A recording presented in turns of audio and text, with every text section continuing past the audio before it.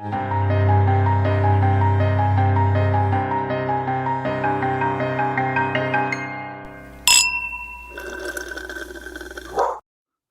Hi.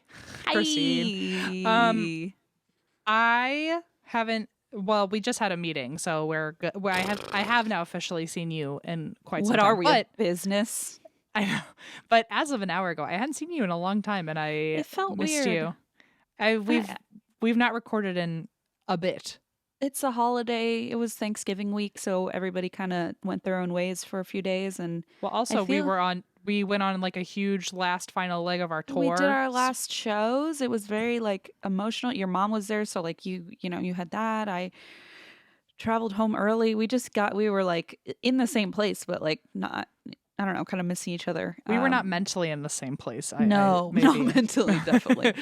No, we may have been mentally in the same place, but in different universes. Like, a little overlap. I'm still waiting for you to find the note in this room over here. Speaking of being in other realms. Oh my god, I'm so glad you said that. Okay, I had a dream. Okay, I had another lucid dream, but I was so annoyed because in my dream I said, oh my god, it's happening. I have to go to M's house. So I was like, okay, I would like to go to M's house. And I like turned in a circle and then I appeared in your apartment. And I was like, oh my god, it's working. What did it look like? Was I naked? What did you find? You were on the potty. No. You were in the kitchen and I was like, Em, I made it. And you were like, okay. Like you were like not impressed. And I was like, I gotta find that note. But like, when you're in a dream and you're like trying to either run or you're trying to do something or like dial a number and you just can't do it. It felt like that where I was like, I have to find this note. And I like couldn't grasp like how to find it. It was so strange. I like couldn't get it. And I think my brain was just not letting me do it. I think you're only like one step away from absolutely finding this note. And then I said to you, well, is there anything you want me to tell you tomorrow? Like when I wake up, like, is there anything you'd like me to relay back to waking Em? And then you said, no, not really. And I said, please, anything. And you were like, nah. I was like, what you found the wrong universe because wow, in this world, if like a see-through version of you, which is how this is in my mind, if they were like, anything you want me to say, I'd be like, that I fucking saw a see-through version of you.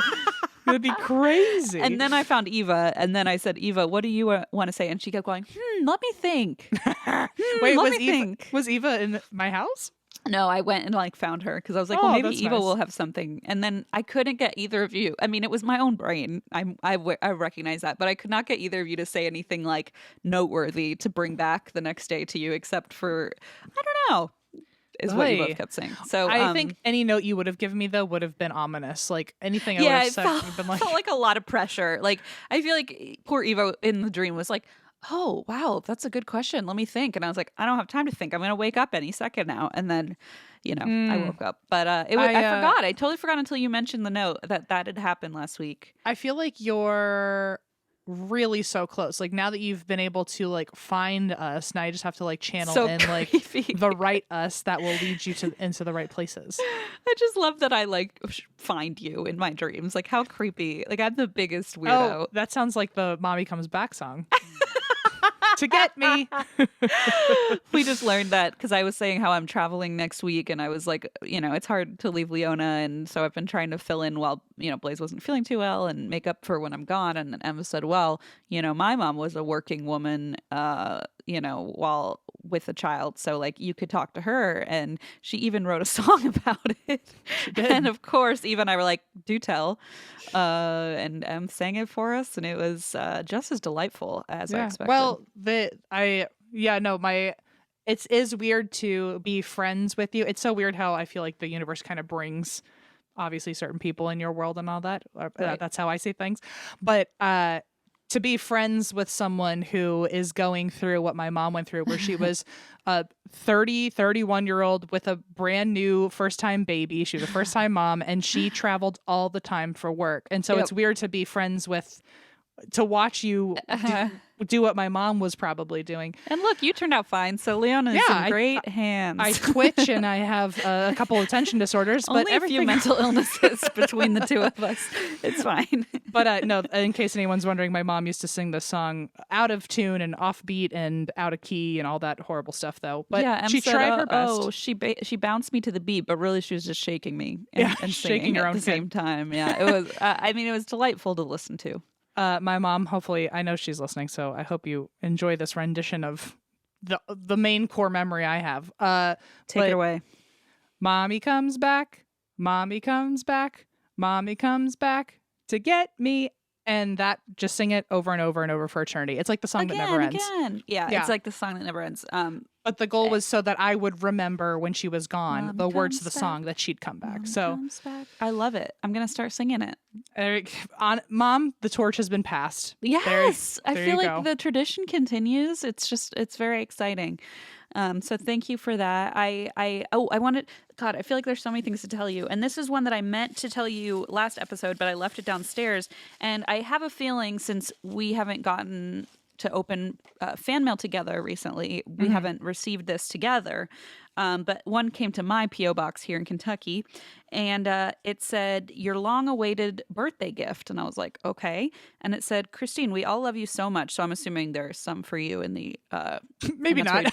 No, they are. I promise. Okay. "We all love you so much. Happy belated birthday. This project involved 50 plus fans who donated and will receive a gift of their own. All proceeds from this project will be donated to Missing and Murdered Indigenous Women USA in honor of your birthday." And I don't know what your card says, but I'm going to show this to you. It says, "And that's why we tarot." Shut the fuck up. So you're going to lose your mind. Ready? Mm-hmm. Here are the cards. They were all designed by different people. It's like a full deck. Oh, they all were assigned a card. That's so nice. And it has like a guidebook in it. What? Okay? I know. Why is it not flipping? Oh my God. And it has, like, here, look. Okay, of course. Here's the King of Pentacles. It's, of course, a lemon. Oh my God. Here's the Queen of Pentacles. It's me surrounded by lemons. Shut up. It's literally just you with lemons. Judgment is Geo. Am I the devil? Please make me. Who am I? I'm trying to remember which one you were. Who first is of all, the devil?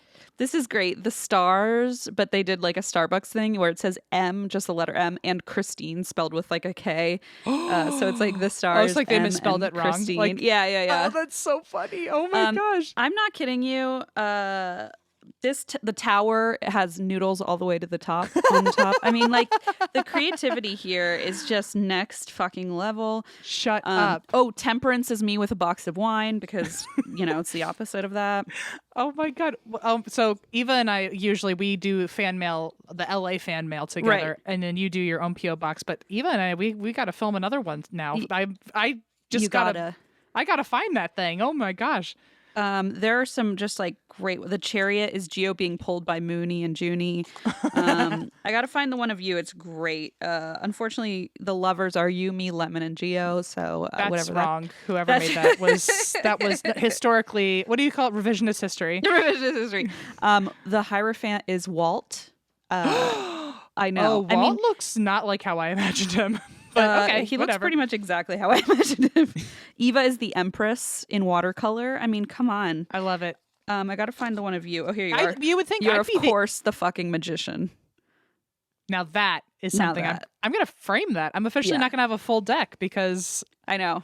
You know how people take, well, maybe you don't, but a lot of people who are card collectors, I only know like Pokemon card collectors, but a lot of them will put like the original 100 or so like framed in one big frame. Right. I might just have like all the tarot cards. What a fun idea. And I wouldn't be able to play with them, but I sure would be able to stare at them. No, but I got 2 decks, you see, because I think we each got 2 because it's sort of like, oh, it said one for a friend and one for you. And so I'm like, well, friend is also me. So yeah, I'm my own friend. I'm a Gemini. Can I also tell you, there's 2 of each of us. Can I tell you, you're also the Fool. And it's you and Geo. This is ridiculously hilarious. It's you and Geo walking out of a door at the Winchester Mystery House that leads to nothing, and you're about to like step out. And I'm in my clown uniform. And you're about to just step out the door to nowhere. 'Cause Now you're the fool. that's hysterical. I mean, like, it's Wow. just Oh amazing. my I haven't even God. gotten to How look at all of touching. them. They're just so beautiful. The 5 of Wands is 5 plungers holding up the plunger fork. Like, they just worked so wonderfully hard on these, and I was so taken aback. Like, I mean, I haven't even looked at half of them yet, so I just was so excited, and I didn't want to go through them yet until I told you about it. But so, Oh my gosh. Yeah. I got it. Okay, so I'll Yeah. head over to the PO box my today. God, like, these are just incredible. All the artwork is different. Oh my God, Leona is the Queen of Cups. Stop it. That the fact that she looks so lanky but has no neck in that picture. Yes, I is love it. the best She's just like a part. little chunker. And then the King of Cups is, of course, Zach Bagans. Hello. I thought he might be the devil. That's what I thought. we Oh, were the going. devil's actually the devil. I do appreciate that they were like, Oh. let's just we'll call them fools and I thought the devil would magicians. at least be the Hercene shifter. Yeah, that. Oh, I bet I think the Hercene shifter's in here somewhere. I'm She's sure. gotta of it. be. She's gotta be. Oh my Wow. God, the 10 of Swords is the fucking lumberjack cake that I tried to make you. It's just a big fail. Oh, I can't even keep looking at it because I'm just going to keep distracting us. But Oh, that's so touching. Is this the same group of 50 who seem to like just absolutely deliver it every year I on feel our like birthdays? it must be. It's It gotta just be. said- There's like some little crew. I don't know if they have a name it for just themselves, says but the ATWWD fam, and I was like, oh my God, of course I didn't have the box on me. Like when at this point, I feel like they just have like a birthday organization. Oh, 'cause- sorry. Thank you to Eva is the acknowledgement. So she clearly already knows about this. We appreciate all you do. Thank you, Sadie. Oh my God. Sadie Ray for not only designing the gorgeous backs of these cards, but also working the card assignments and artwork. Abby Lutz for managing the emails, collecting the cards, organizing fundraising, and making the booklet. Oh Thank my you, God. Tatiana, for helping pack and ship and spell checking posts and emails. Thank you, Shuffled Ink, for printing our cards and booklets, especially Gabe, who dealt with way too many emails from us. And finally, thank you to MakePlayingCards.com for producing our beautiful boxes. How Oh my freaking God. neat is this? And thank you, by the way, to all the artists who put so much beautiful time and energy into this. Oh, and all the artists are in the booklet. Oh. See, it's things like this where I'm like, Aw.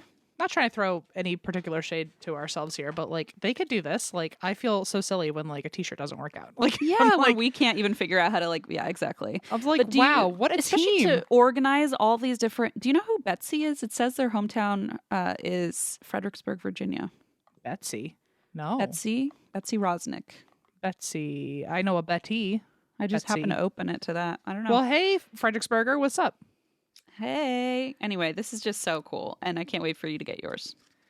Well, yeah, 1,000%. You've now given me an errand for later, but I'm excited You're about welcome. it. Oh my You're gosh. welcome. Well, That's why I drink, by the way. sure. Yeah, I guess that's why I drink too. I nothing's gonna beat that. Do you I drink ha- because you're the fool, which cracks me up. I drink because we've all known I'm the fool. What are you drinking? Do you have a liquid in front of you today? Just got my cool textured Starbucks Oh, cup. the filled with sensory. water. Is it water? How come it's purple at the bottom? Is it color changing? Nope, it's just a cool design. Oh. I didn't know if that was all the water you had. I was like, girl, pour some more. We're No, here it's for a while. It's filled up. So what are I'm you drinking Snapple. Wow, a classic. You know, do you have this is going to sound weird and maybe it's another indicator of my neurodivergence. You tell me. But I feel like there are certain things that when I taste them, I go not just immediately to a memory, but like a whole genre of memories. Oh, sure. Yeah. And so when I taste Snapple, I think of every childhood memory of my mom because oh. this are like the old, like from the like early 80s or late 80s, early 90s, like Crystal Light, because she had like them bulk. And I think she was still trying to finish them by the time I was here. But they, Oh no. but it was like this like green flavor they don't make anymore. And then Snapple, where like Wow. every time I drink them, I immediately remember like a whole like flashback of my childhood comes back, but they're all scenes of my mom. So It's singing "Mommy Comes Back." maybe, probably, at least in some of them. But yeah, that's also I also taste those like Snackwell cookies in the green box. boy. The diet cookies that all of They're our moms diet ate. cookies. Yeah. It's those Blech. three things are the flavors of my mother memories. There was So, definitely a Slim Fast era in my home, which is just disturbing Atkins, to think that was about. ours. Ooh, not good. Not good stuff. My mom was one of those people, which, by the way, we are very body positive here. I'm not trying to Hell yeah. throw any particular shade, but just to rip on my mom for a second. Great. Her one of my favorite pastimes of hers every week being on a different diet and then wondering why she's not losing weight. And I'm like, girl, the consistency is not there. But yeah, so who needs it? It's overrated. It became a quote where she's like, I'm on a new diet. I'm on a new diet. And I was like, okay, well, I feel like it's just going with whatever you want to eat today. That's kind of, I think, what the diet industry hopes for all of us is that we just keep coming back to the same ones over and over, different ones every week, or whatever they don't diet want us she was to succeed. You know, that's how it goes. Whatever diet she was on, it always consisted of Snackwell cookies and Snapple and Crystal Light from the 80s. So Yum. yummy. Okay, anyway, that's what I'm drinking today. Well, I'm drinking water, so that's about as healthy as one can get, I guess. Oh yeah. Oh yeah. But it's only because it's 2:00 here. In a few hours, I'll be back on that wine train, so don't worry. Well, okay, I've got a little story for you, and I thought this was something I'd covered in the past, but our episode list says no. So I love when this happens because there's just like a tinge of anxiety through the first 10 minutes of your story where both of us are trying to grasp onto like any memory of this. So I'll tell you the topic. The topic is the Beast of Bray Road. Why do I know that? I don't know. I definitely know that. I feel like it's one that maybe we covered on another show, maybe like when we did a guest swap. Could be. I feel like that happens, but Beast of Bray Road. I swore. So I thought that we have covered the Beast of Gévaudan. Okay, yes, I do remember that. I do remember the sound of Bray Road, Beast of Bray Road. Did you cover it at a live show? Oh, maybe that's because it's what it was. Wisconsin. It says maybe that's where you did it. Maybe that's what happened. Wisconsin. I don't know. Let me know. I really couldn't tell you. I'm telling you, I feel like people are always shocked when we don't know our own topics, but like, you know what? You cover 300 topics. It is embarrassing and we do recognize that, but like also I am embarrassed, truly. We have no control over it. Well, that's why I made the episode guide, because I was like, at least then I'll feel confident. But then I'm like, I still don't feel confident. It just adds even more anxiety because we're like, where did we mess up? Somewhere along the line. Yeah. Like something what went topic wrong. did I just throw in there that is not God. true? Yeah, so apparently we have covered this. I actually, between live shows and guest swaps, maybe we did cover it somewhere, but we've never covered it on the show. So okay, great. Let's start there. At least according to the episode guide. So this is the beast that we made. that we made. I made it at the time feeling so confident. So I really need to just trust in myself. I trust in you. So okay, well, for what it's worth. Just the two of us. It's nice over here. Nobody else. I hear crickets. Okay. Oh, so the Beast of Bray Road is also known as the Wisconsin werewolf. Ooh. So we've got two little nicknames for this guy. And he's known to haunt the rural roads of Wisconsin at night, specifically on a certain road. Can you guess which one? Is it called Bray Road? That just might be the one, Christine. Wow. So smart. Thank you. The first sighting, I don't expect you to know this, but just for fun, how long ago do you think was the very first sighting of the Beast of Bray Road? 1962. No. You wouldn't have known. My psychic practice is not working today. Right. Maybe that should have been the question you asked me in your sleep. Like, when did the Beast of Bray Road get seen? As if you would remember, since apparently you did or did not cover this, maybe at some point or maybe never. Right, exactly. If you get to talk to an alternate reality me again in the future, ask if I've ever covered this somewhere else, because maybe I'll know over there. Okay, so the first sighting was actually in 1836, long time ago. Got it. It was Jesus, yeah, I was way off. 186 years ago, and it was near Jefferson, Wisconsin, which I guess is where Bray Road is. So there was a guy named Mark Shackleman, and he was a night guard at a school. The school was called the St. Coletta School for Exceptional Children. It sounds like some weird shit was going on there. I feel like, yeah, it sounds like the X-Men went there. I was going to say superhero training. Yeah. I feel like schools back then either sounded so fancy or were those one-room schoolhouses I'm so obsessed with. There's no in between. There's no in between. It's like either you were an exceptional child or like you were eating like dry noodles for lunch or something. I don't know like the 1830s. The opposite, 1830s, I don't think of like PS 118. Like there was no middle ground high school. No, just like classic like public school. It's like you either I don't know. Yeah, either you were exceptional or you absolutely were not. Yeah, it sounds like the castle you went to school at. So, Oh no. So the school again was called the St. Coletta School for Exceptional Children, and it was an old Franciscan convent, so it was home for nuns. Spooky. The school was in a rural area with a bunch of fields and orchards, and at the time there were also several indigenous statues and burial mounds out there, which are now either gone or defaced, I assume. Excellent. Wonderful. But Mark was walking the grounds and spotted out there in the field a huge canine-looking figure, and it was digging in the fields near one of the mounds. Oh, no. He thought it might be a wolf until it stood on its hind legs and was around 6 feet tall. Oh, no. I hate that. Can you imagine if Geo stood up on its hind legs and he was 6 feet tall? That's going to be in my next horrible nightmare dream. I'm like, you just implanted that into my mind. Thanks a lot. He's going to stretch out like the neck of a brontosaurus or something. Ew! I hate it. So this wolf stands on its hind legs, this creature, and it runs off into the trees. The next night, Mark sees the creature again. First of all, Mark, the next night you should have called in sick.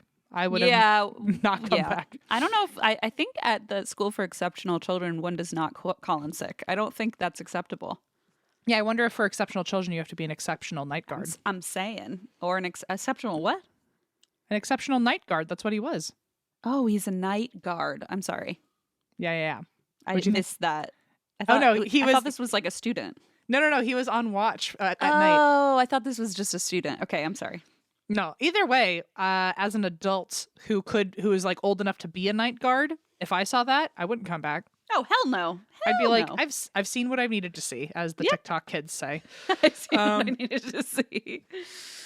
And so the next night this is the second night, he sees the creature again, digging in the same spot, stands up and runs away.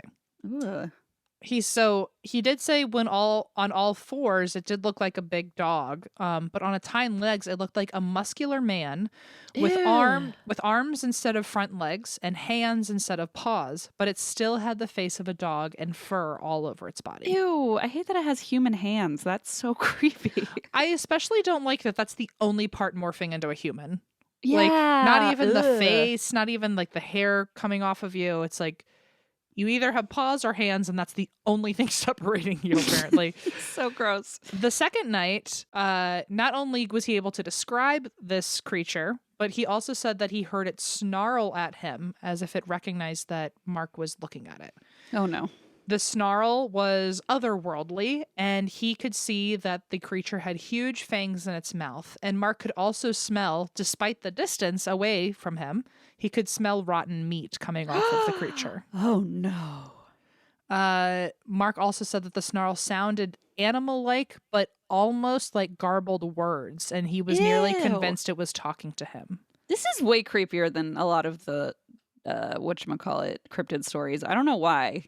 I feel like because like the most we know about Bigfoot is him walking like this. You're right. You know, like that's like sometimes he throws little rocks. Yeah, I feel like one of the reasons we love, I feel like most people are either like a big Bigfoot fan or a big Mothman fan, is at the very least, like they have, as far as I know, have yet to harm anybody. They're just loved from a distance. Yeah, this one seems especially menacing. And also, like, I think the fact that it's like trying to communicate, it just makes me feel icked out. I don't like that. Well, I think it's because at least with Bigfoot or Mothman, we can pretend more that it doesn't have like the emotional intelligence to communicate with us. But this one feels like it's almost like when this feels like the cryptid equivalent to when there is an intelligent haunting. I was about to say when a ghost sees you. Yeah, and you know it sees. Yeah, to be acknowledged totally by it is just. You're 100% which is right. So weird because I crave acknowledgement everywhere else. But like now that this thing's what if looking that's at me, what Mark? What's that? What if that's what Mark felt? He's like, well, I guess I did always want someone to pay attention to me. He's like, I just want recognition, and if it's coming from him, then that's fine by me. I'll just plug my nose. It's okay. Yeah. And so after those two events, though, I hope Mark didn't need any more recognition because he never saw the creature again. Oh, too bad. But I guess he did have at least a loud enough mouth that the locals heard him talk about it for quite some time, to a point where the Beast became local legend. Oh. And it would be years before another sighting, but after this moment, and when I say years, by the way, it seems more like at least a century. Oh. But the local legend of the Beast did stay with the town, and people were like, "Oh, allegedly there's a monster here. Allegedly there's a monster." But we now travel from 1836 all the way to your birth year of 1991. Hey. And we are in Elkhorn, Wisconsin, which is relatively rural, but I do want to say is only about an hour from Milwaukee or around 2 hours from Chicago. So, not that rural, you know? Right. It's like outside of town, but not like way in the sticks. I think like the perfect amount of rural, because like you get your private space, but also if you want like a weekend in the city, it's not that hard. You can go to Costco on the weekend if you need to. Yeah. That's what I'm saying. Yeah, it's really the perfect blend. Love it. Pandering to Elkhorn currently. I guess. I'm like for someone who lives in Los Angeles. I know. Well, no, what it sounds like my dad's town, where it's like very away from everything, but also if you need fun, you got fun. Yeah, it's accessible to the good stuff. Yeah. So in 1991, there was a local newspaper in Elkhorn called The Week, and would you believe it? It was a weekly newspaper. I barely believe it, but I'm convinced. What do you mean it's not daily? So there was a writer at The Week called Linda Godfrey, and I feel like Linda Godfrey has been on the case. I could be totally mistaken, but I feel like Linda Godfrey is a name I've heard for other cryptids. Let me look it up actually. It sounds on the fly. familiar, but I don't know if I'm just now playing into what you're saying. You know, Linda Godfrey crypt.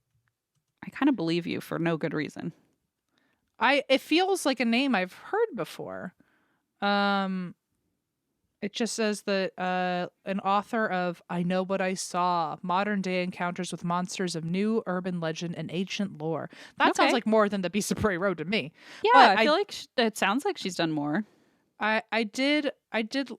While I'm looking her up, though, it just says that she's a journalist that investigates present-day encounters with mysterious creatures of old. I love the Beast of that. Bray Road does seem to be like one of the main things coming up. So maybe she's just been like asked to comment on other monsters. Right, but the like Beast this is her big specialty. Thing.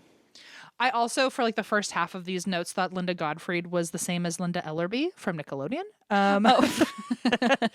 who would have been on the goddamn case. I was going to say, also on the case, so like you're not that far off. Linda Ellerby, I would trust her with my life if she came at me with a report like this. Okay, so may she rest in peace. She did die, I think, didn't she? I have no idea. She passed away. I'm pretty sure. I remember there was a bunch of Nickelodeon people posting about it. Aww. Oh wait, I do remember that. Right? Didn't she? I feel like I do remember that, but now I might be doing the thing again where I'm saying, yeah, I totally agree with you. Oh no, apparently she's not dead. Now there's a whole third person I'm thinking of. My mistake. There's I just a whole agreed third with person N that for no good reason. This is the worst. Why are we so bad at podcasting? Someone Nickelodeon. I remember a bunch of Nickelodeon writers. Whatever. Who cares? Okay. I should know. Linda Ellerby, if you're listening, this is not your level of reporting, obviously. Sorry. So and sorry we called you dead. But, you know, I hope you're doing great. I hope you're doing We can only hope. Okay, so moving on quickly before I sweat through my shirt because Linda Ellerby I'm her enemy number one now. So embarrassing. Okay, so Linda Godfrey, she was a writer for The Week, and she got a tip about a supposed werewolf sighting in the area. And this was now like over 100 years after the Beast of Bray Road has been seen. Wow. So she gets a tip about the supposed werewolf sighting. She got the tip from another writer who actually knew the witnesses, but thought it was like a conflict of interest to report on it. Oh, I love that. That's very like mature, you know? Yeah. And also now I bet that person is kicking themselves because Linda Godfrey, this really blew her up. She blew up the spot for sure. Yeah. I think the other writer also was kind of afraid of there being maybe some occult involvement with this werewolf sighting because this was during Satanic Panic. So I see. So I think they were like, you take this, Linda Godfrey / Linda Ellerby / whoever in the Nickelodeon world is no longer with us. Somebody who might still be alive. So she ends up saying, okay, I'm going to do this. And the original tip that this freelance writer got was from high school students who allegedly saw the monster near Bray Road. So Bray Road is, I guess, this random 3-mile stretch that runs through the woods and the fields. I don't think there's anything particularly assuming about this road. Just happens to be the one that the monster lives on. And which I understand. Ring if to you're it, though. If you're a cryptid, you would want kind of your own peace and quiet. You don't want the hustle and bustle road. You don't want Main Street USA. You don't want Main Street USA, but you do want our way Costco accessibility. So I feel like this really is like he gets it. He gets the priorities.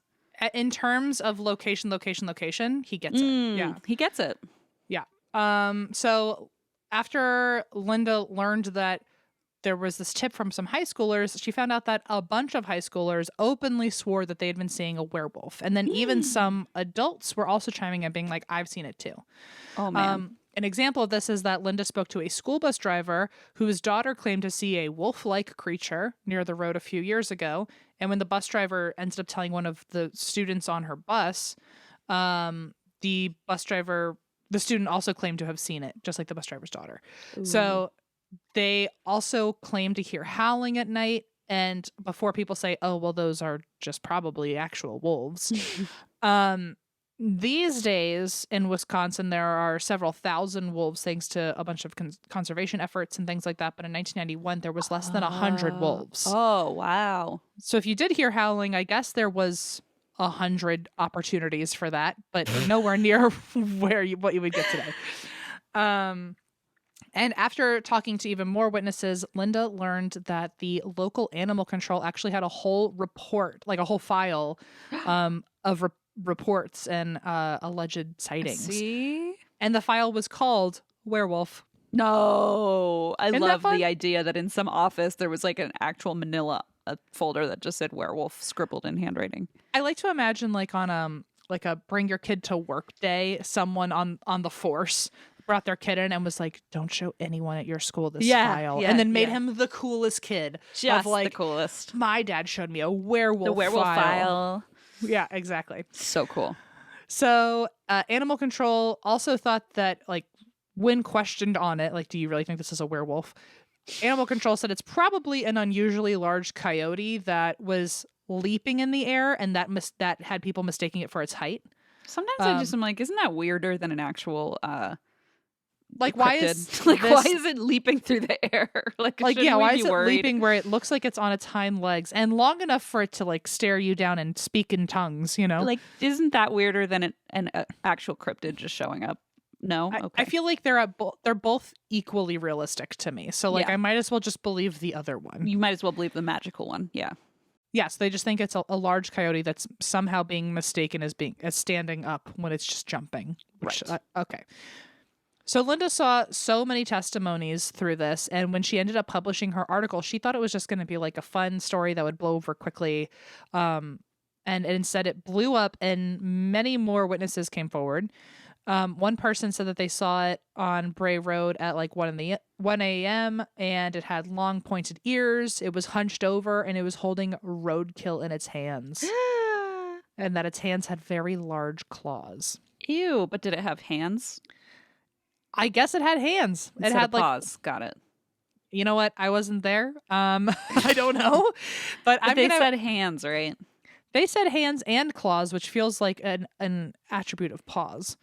Maybe it was great point. Maybe it was mid-morph, the hands. Oh, I see. But also holding roadkill. I feel like if it had human hands and it was holding roadkill, that would scare me almost more. Terrifying. Because then I'd be like, why is there a human hunched over holding roadkill? Oh, just bad. All bad. I almost want it to be a werewolf. Yeah. This witness also said that the creature was 5'7" and around 150 pounds. I've never been able to look at someone and just gauge their weight. I think that's such a talent.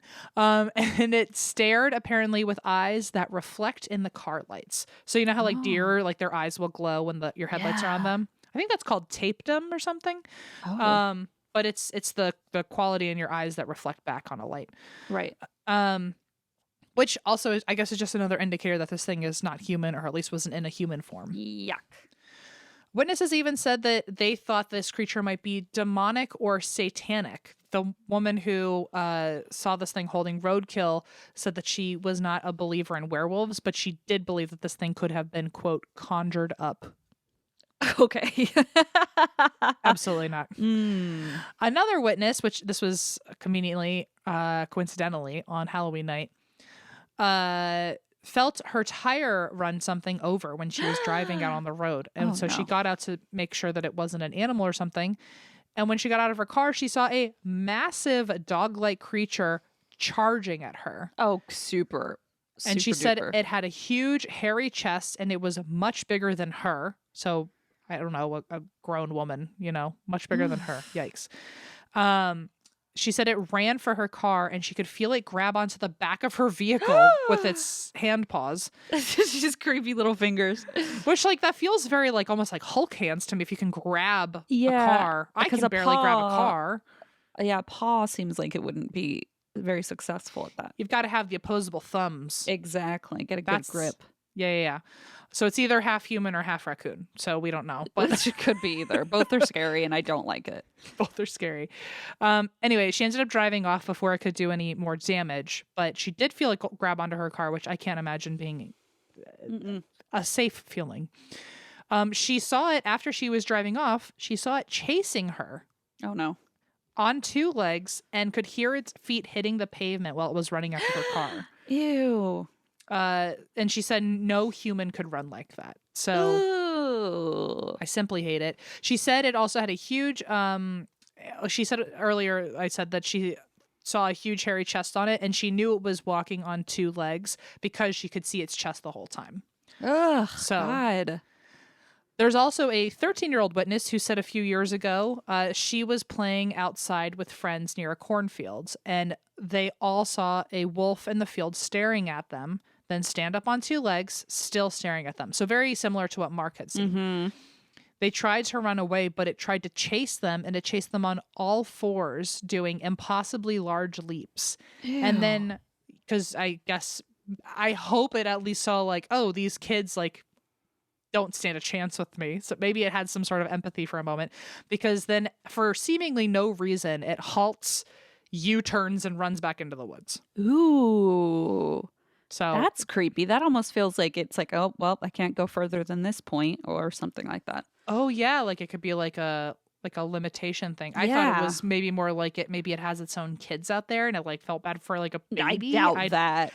I don't know. I can't think of a reason, but yours is a good one. Maybe it can't get further than a certain border. Yeah, I don't know. So after the article came out with all these testimonies in it, thank you, Linda Godfrey, it caused a media storm. And keep in mind, the article that was written, it was not on the front page of this paper. It was also a local free newspaper. So it's not like they needed it for a business reason. Right. This wasn't a money scheme. So there was no reason for it to blow up the way it did, but it did. And now TV stations, radio shows, and newspapers across the country are coming to Elkhorn for their own reports on the Beast of Bray Road. Linda's like, this is my story. Back off. It's nobody else wanted this. This is all me. Well, I guess it made Linda look pretty darn good. So these outlets, by the way, were so hungry for information that they were able to track down all of the locals and witnesses that Linda had used fake names for in the paper. That's not very nice. That's not moral or ethical. It's not ethical for sure. I feel like I would, even if I wouldn't have thought, I don't know. I feel like if I'm going off of sources that clearly either asked to have fake names or the reporter thought for their safety needed fake names, I would just keep riding that vibe. I'd be like, okay, obviously we think fake names are important. So because you're an ethical person. But yeah, I guess these people were not. So, I mean, whatever. Well, so much chaos ensued because a media storm had hit Elkhorn that people were starting to now accuse the paper and even locals of creating this elaborate hoax. I guess to boost tourism in the town or something, but they were just like, this has to be fake, this has to be a hoax, and it was conjured up by other people. So meanwhile, there are some locals who are totally owning that, oh, now we're a town with a cryptid. So they lean into this frenzy and they start selling like werewolf themed souvenirs and snacks and things like that. If you happen to live in Elkhorn, could you please let us know if there are still werewolf themed things? Because that's so fun. That certainly ups my chances of going to Elkhorn by like a significant portion. Like I'm like, I want to know. I mean, hopefully you're invited back. I know you did say some kind things earlier, so hopefully you're still on their good side, you know. I did say some kind things. If you are Linda Ellerby, you do not agree with that. But yeah, I did. I'm so sorry. I'm so embarrassed. Like someone I looked up to as a child. I hope that their you're like grandkid R.I.P. I swear to God, I must have been a listicle of like people. Oh, you know what it was? I know what there was a listicle of Nickelodeon. It was people from Nickelodeon that like through the Mandela effect you think are dead but aren't. Oh my God! So now you're just perpetuating this. Oh boy! But it was like Kel from Keenan and Kel, and like it was. And Linda Ellerby was on the list. I'm so sorry. Why did we think Kel was? See, I didn't think any of these people were dead. You didn't hear the theory growing up that Kel died? No. Oh, that one I was convinced of. That one blew me away. I know, but I know that it's like me being me, but I don't believe in the Mandela effect, you know. That's don't. Fine. But no, I really, as like a kid, I went to a school where everyone thought Kel died. Oh, that's so sad. No, I did not. It's so sad. But anyway, he's alive and well. I'm glad he's alive. That's good news. But no, that was like a huge thing. I was like, oh my God, I can't believe, like, so young. We lost him so young. R.I.P. Man. Anyway, okay, Linda Ellerby and Kel are doing just fine. I hope they're in a room somewhere taking a shot of something. Super safe. Let's hope they're super safe. Okay, so yes, Elkhorn, get back to me on if there is whether you're invited back. Yeah. Werewolf themed snacks. And if I'm not welcome back, please send them my way. Yeah. We'll accept that too. So so now there's like locals who are owning this. At the same time, there are locals who think that this is all a hoax, and now they're just like kind of in the spotlight. So as the lore becomes more popular, more sightings, both past and current, are rolling in, where people are coming in saying, I did see this thing, or I just saw this thing. Of the stories, one woman saw it and said that it had brown fur and that it was able to run on two legs across the road. And a man said that they saw it running down the road, but he said that it was alternating between running on four legs or two legs. And when it was on four legs, it looked like a bear because it was all hunched over. Another sighting said that it tried to break into her barn and killed her horses with its claws, which this is now the first report of it being violent. Violent, yeah. That was the only report I saw of it being even violent. with the roadkill, like if it was roadkill, then it was already dead. Right. Also, we said earlier that it felt more menacing than other cryptids. So the fact that now we've got a report of it trying to do harm and also holding roadkill, which implies it had done harm. Yeah, scary stuff. And most sightings actually put the beast now at 6 to 7 feet tall with claws, fangs, and dark hair. Some people even said that the dark hair looked silver in the moonlight. Ooh, that sounds a little werewolfy to me. I don't know why, but it feels like one of those like young adults like romance stories, like supernatural romance stories. I mean, like, it sounds like Twilight. Yeah, it sounds like Twilight. He was a werewolf, but his hair shined in the moonlight. Yeah. Well, to be fair, like Edward literally glistened in. You remember? Okay, like, his skin that's where I'm picking it up. Was like glittery. So. So with all these alleged sightings, police were asked to comment, and they still say it was either a large coyote or wolf hybrid sort of thing. And that's pretty much all they have about it. Although, unfortunately, like this got really serious at some point where people thought they didn't think that the beast was a real true cryptid, but it was some sort of weird canine animal that people were just not able to define. Yeah. And it led to animal control having to euthanize an unusually large and aggressive dog that they thought was the culprit. No, baby. So it's not just like a fun legend anymore. Like there was like terrible. It's like leaking into real life. Oh. And I guess he was just really aggressive and big, and so they assumed this must be the thing charging at people and breaking barns. And so makes me mad. So that's the only story like that I've seen. But it does exist. And after the 90s, the sightings started to dwindle, but the beast became a popular local lore and even draws in cryptid hunters. And many think that the beast is related to Bigfoot. Some cryptozoologists actually classify it as an alternate Bigfoot. Really? Mm-hmm. And they say that if you see the beast, it's an alternate Bigfoot sighting. Oh, good. Cool. This is because a lot of people in the cryptozoology world, they believe in Bigfoot, but for some reason they don't believe in werewolves. Which I guess maybe a Bigfoot is more believable, that it's just like a large humanoid furry creature versus like a shapeshifter. And I feel like with werewolves, that has like a very specific past that you can like point to the stories developing and all that, like the lore behind it. Yeah, so I guess a lot of people in that world don't believe in werewolves, but they believe in Bigfoot, and they believe enough in the Beast of Bray Road that they needed to categorize it, so they kind of put it with Bigfoot. Interesting. Okay. Another theory about the beast, which is less realistic. I don't know how very realistic the last thing I said was, but a lot of people think that this could also be a hellhound going after Wisconsin sinners, which I would like to now call a Wisconsinner. A Wisconsin. Wait, did it mean sinners or did it mean Wisconsinner? Wisconsin sinners, because it's a hellhound. Sinners. Oh, I see. Going after sinners of Wisconsin, and sin happens to be in the name. If they haven't made a minor league baseball team called the Wisconsin Sinners, they really better get on it, because that's pretty damn good. This is just like your thing earlier where I said something and then you got so excited. Okay, so they don't have a baseball team called the Wisconsiners, but they absolutely should. They should. But there is a baseball team that was apparently, it's in Oakland. This is from forever ago. This is like far before we were ever born.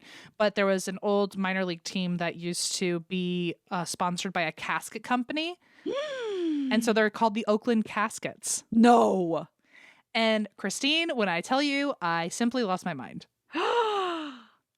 I'm sorry. That sounds like something we would invent. And then like our merch company would be like, I don't think anyone wants to buy that. I'm so surprised at this point we haven't come up with our own minor league roster of weird fucking teams, and they're all just cryptids. I love that. Actually, there is a team called the Eugene Emeralds. Oh no, yeah, the Eugene Emeralds, but their logo is like Bigfoot. Oh, because of That's Oregon. I like that. But no, there absolutely should be. So the Oakland Caskets should come back, and they should be on our And That's Why We Drink roster, and so should the Wisconsin Sinners. Wisconsin Sinners. I like it. Okay, so we've got our first two teams. Got it. Okay. I think the Shifters, obviously the Hurston Shifters. That's got to be one of them. We'll just make a roster and then we'll, It's going to be like more teams than ever existed. It's going to be like 400 teams because we cannot stop ourselves. We'll have to wrangle all of our tarot card makers and have them make a baseball card list of all. Oh, what a fun idea. Okay, now you have another project, folks. I know you just finished this one. Okay, step 1, the Wisconsin Sinners. Then call 1938, get the Oakland Casket Company back in tow. Fucking love it. What about the Loveland Frogmen? Oh my God. Like there's so many options here.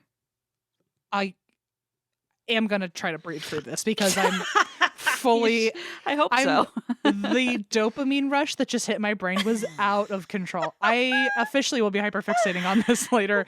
It will be unnecessary, but in the middle of the night, I'm going to send you a list of all the teams I've come up with. We're going to have designs, drops. It's going to be great. It's going to be so good. We're going to have merch. Oh, man. Oh, my God. Okay, I really can't.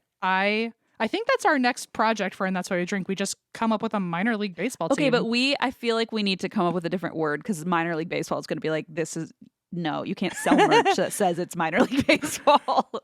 We'll figure it out. We'll shop it. We'll work on it. Okay. Wow. Thank you for giving me a task later. Okay. You're so welcome. It was not intentional, but here we are.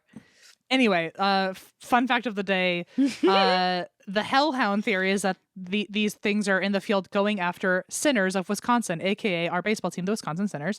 Love it. But the hellhound theory is obviously not very realistic, especially since the beast has never attacked anybody. Right. It's attacked a horse, so maybe that was the biggest sinner of them all. Right. And also, there's no evidence of it ever dragging anyone to help. So I don't totally know how much the hellhound theory tracks. Plus, It's a fun idea, though.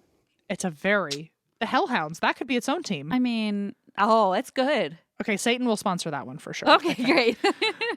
Think of the merch for I can't even think. They would literally run onto the field in a ring of fire or something. Okay. Calm the fuck down, Em. Okay, plus there were reports that the beast, even though he was seen with roadkill and then it then became like implied that he was attacking like deer in the woods, Right. neither of those things are linked to hellhounds. So sure. But it is still sometimes considered demonic just based on the way that it stares at witnesses as if it had human intelligence. Plus, Mark, back in the day, he swore it had garbled speech talking to him. Ooh, give me goose cam. It still feels paranormal in some way. Yeah. And religious people in the area have even feared that it has been summoned and is now here to stay, but it came here in some sort of occult ritual, which again, this was during Satanic Panic, so very easy for that to become part of the lore. Yeah. But blame the teenagers. Blame the teens, especially since they're the ones who claimed the first sightings. They were the tip, remember? Oh, yep.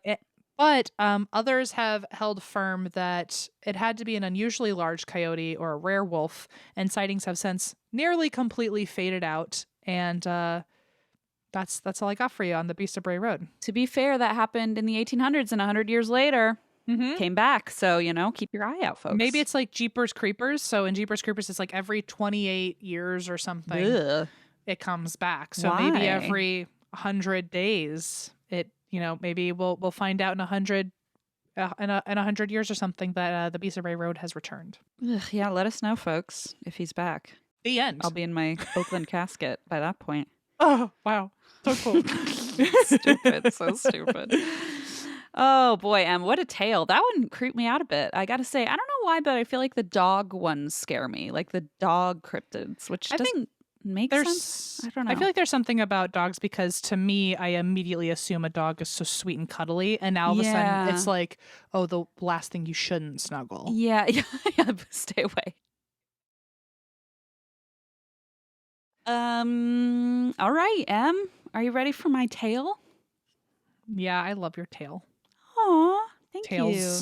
Tails, not your like tailbone. My humanoid tail that we never did get any clarity on whether or not the Beast of Bray Road had a tail. Yeah.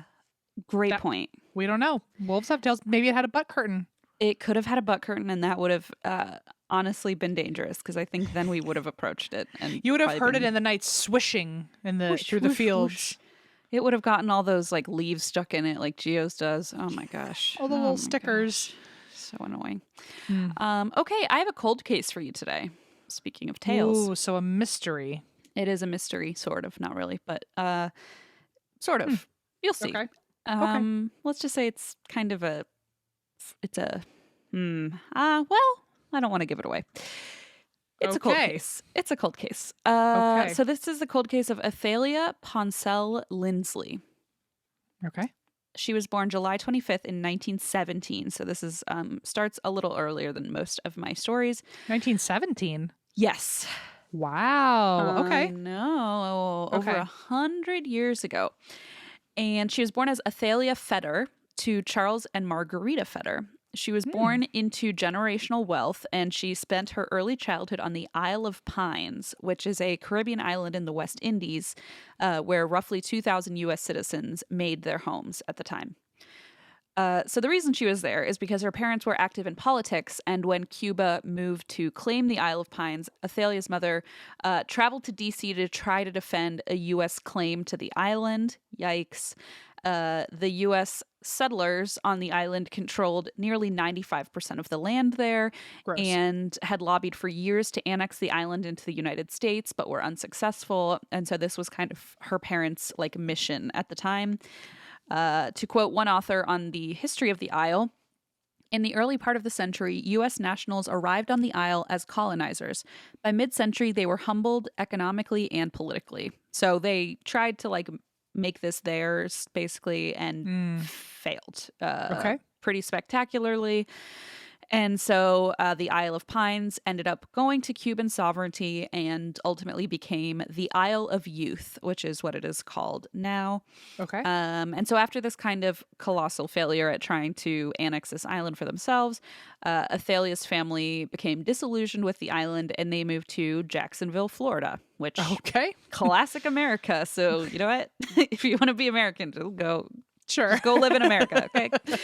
So that's what they did. They moved to Jacksonville, Florida, and for a couple of years, she and her sister, whose name was Geraldine, went to school in St. Augustine as well, but their main base, like their home base, was Jacksonville. So they were kind of going in between Jacksonville and St. Augustine. At a youthful 18, Athalia married her first husband, but it was a short marriage. The relationship ended.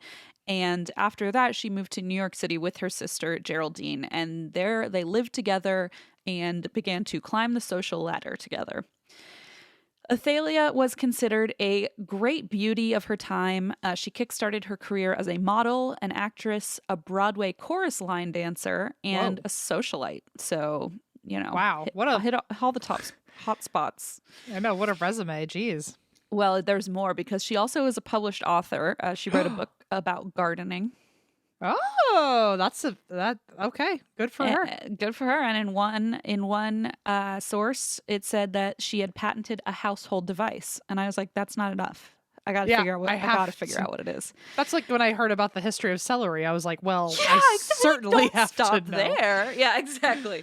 So I, of course, was like reading this paper, and I was like, where the F is the information about this household device? So of course I went on just like the stupidest goose chase ever.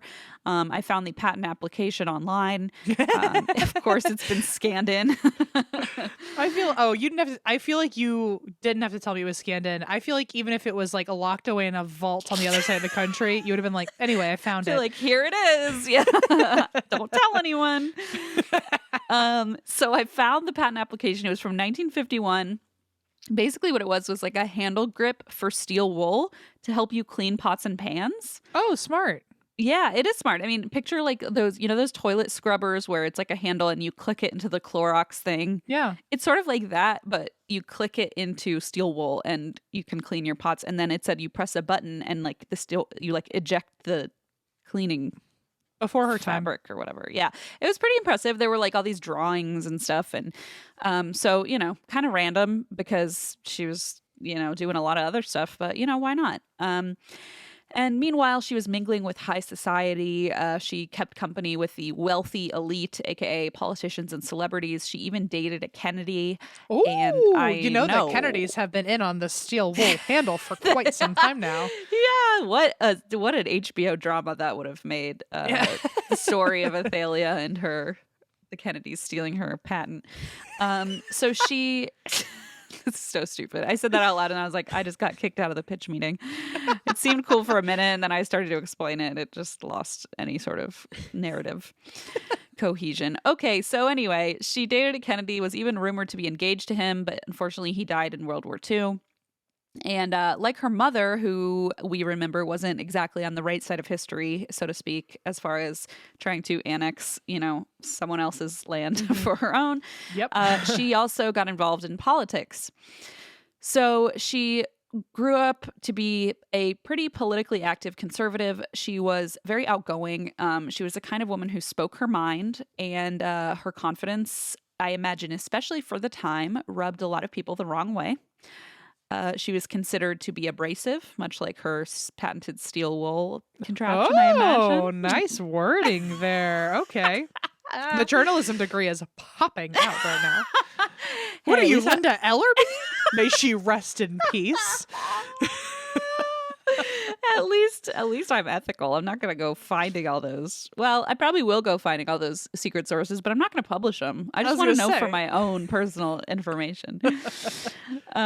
So her confidence rubbed a lot of people the wrong way. She was considered to be abrasive, overly confident, even rude sometimes. But again, we have to look at that in the light of this was the 50s and 60s, or right? Even she earlier. Could have been the loveliest person, and yeah, and I will say I don't think she was the loveliest person, but I think it probably got even more flack then than it would now to be outgoing and rude and whatever as a woman. You know? Sure. I feel like we've all been triggered in some way to like, oh, well, she's a bitch. It's like, or she was just talking like anyone else, any man who is seen as bossy, and it's like, oh, okay, sorry that I said something out loud.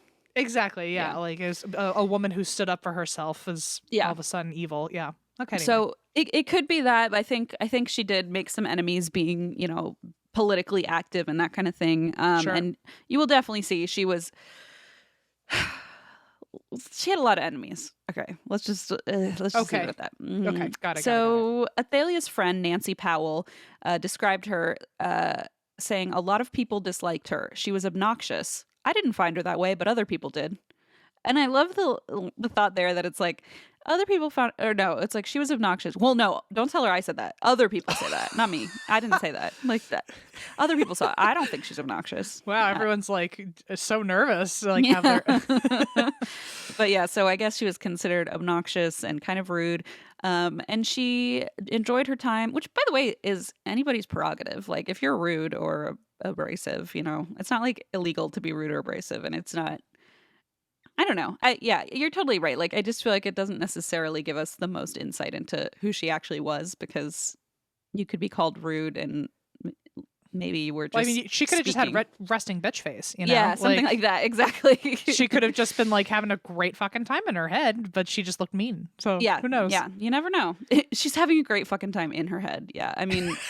For her sake, I hope she was. Is that not like the plight of many introverts? Like you're just having a blast, but everyone's like, "Oh my god, you're so intimidating." It's like my high school boyfriend was like, "I never talked to you because I thought you were just like mad all the time." I was like, "What?" It's like, why? But I'm having a party up here. We're having a good time. I'm having an excellent time up in this noggin. So anyway, Athalia enjoyed her time as a New York socialite, but she eventually moved back to Florida because her mother was a widow and was ailing health-wise, so she wanted to take care of her. And sometime during this kind of span of years, she married her second husband, who was a Florida realtor, and they also got divorced. And then in 1972, we're fast-forwarding to 1972, Athalia bought a mansion in St. Augustine, Florida, on 124 Marine Street, and she moved in there with her mother.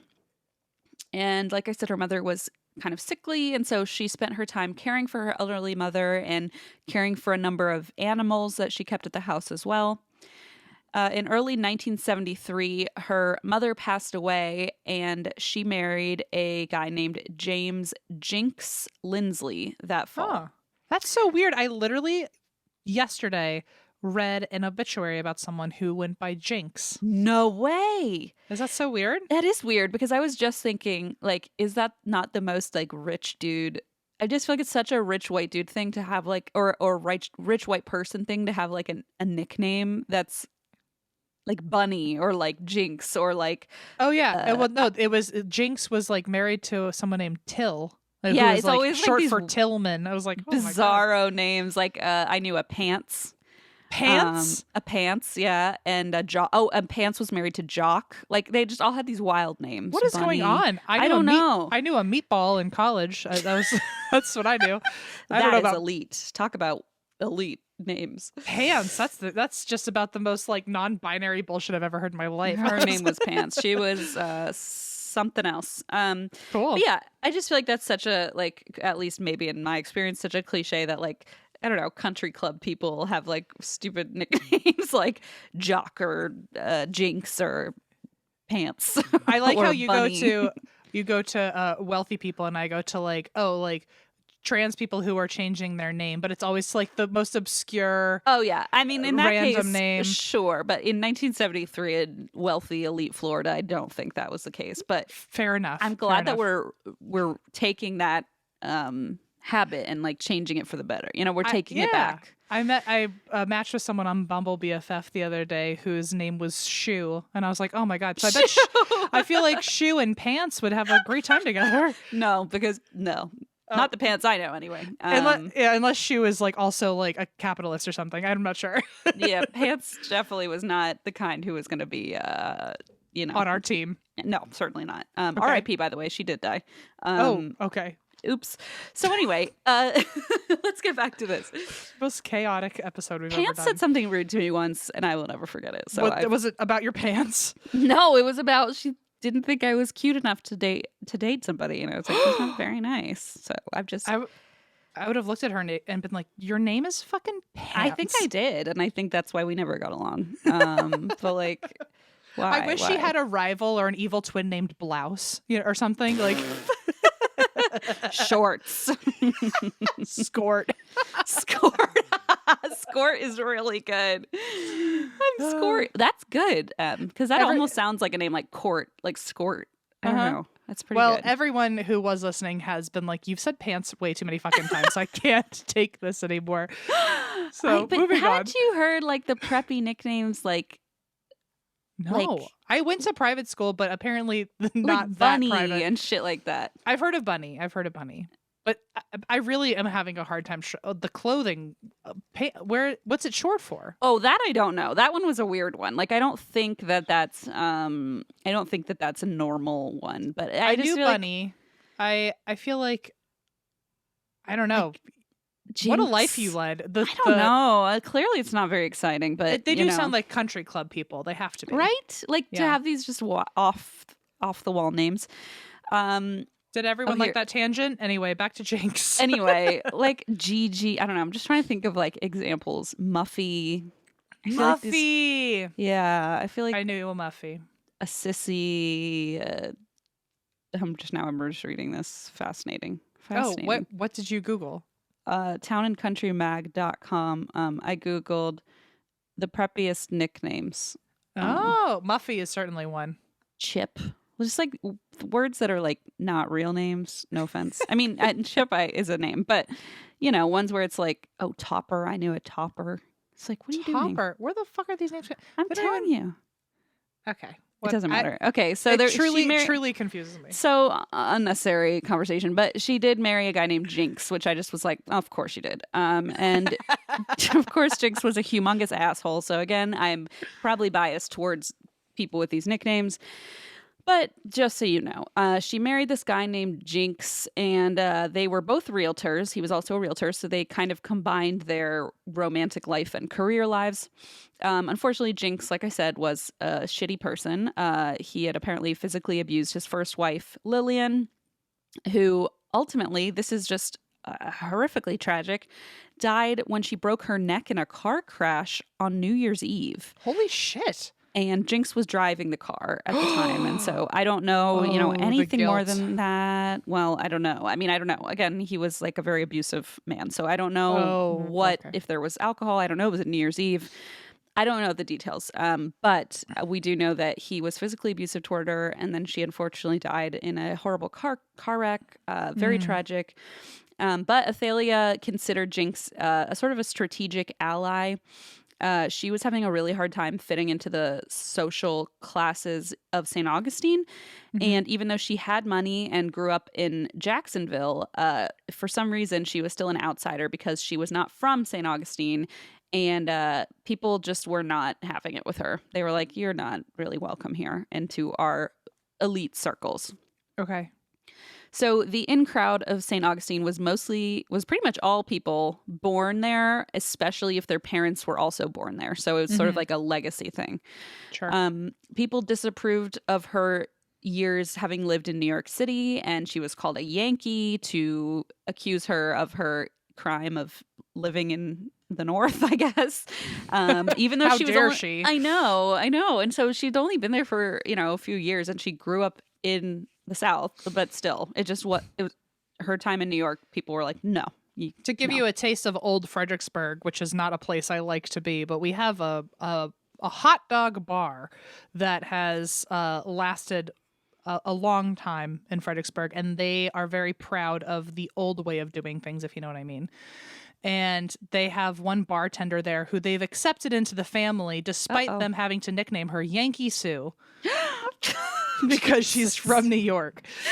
Which, by the way, like, Florida and New York's one thing, but like Virginia, it's not that far, is it? I mean, it's far, but it's like. But also, I've gone into that bar and like they have like I've heard them be like, "Oh, I remember back when the pool hall like didn't allow women," and I'm like, "You say that like you miss it." So I'm Yeah, gonna yikes. Yeah. backward step out of this place, Yeah, please. this probably isn't the place for me. Yeah, yeah. Anyway, I feel for your poor sweet Yankee character in the story. So Yeah, she's struggling. She's really struggling.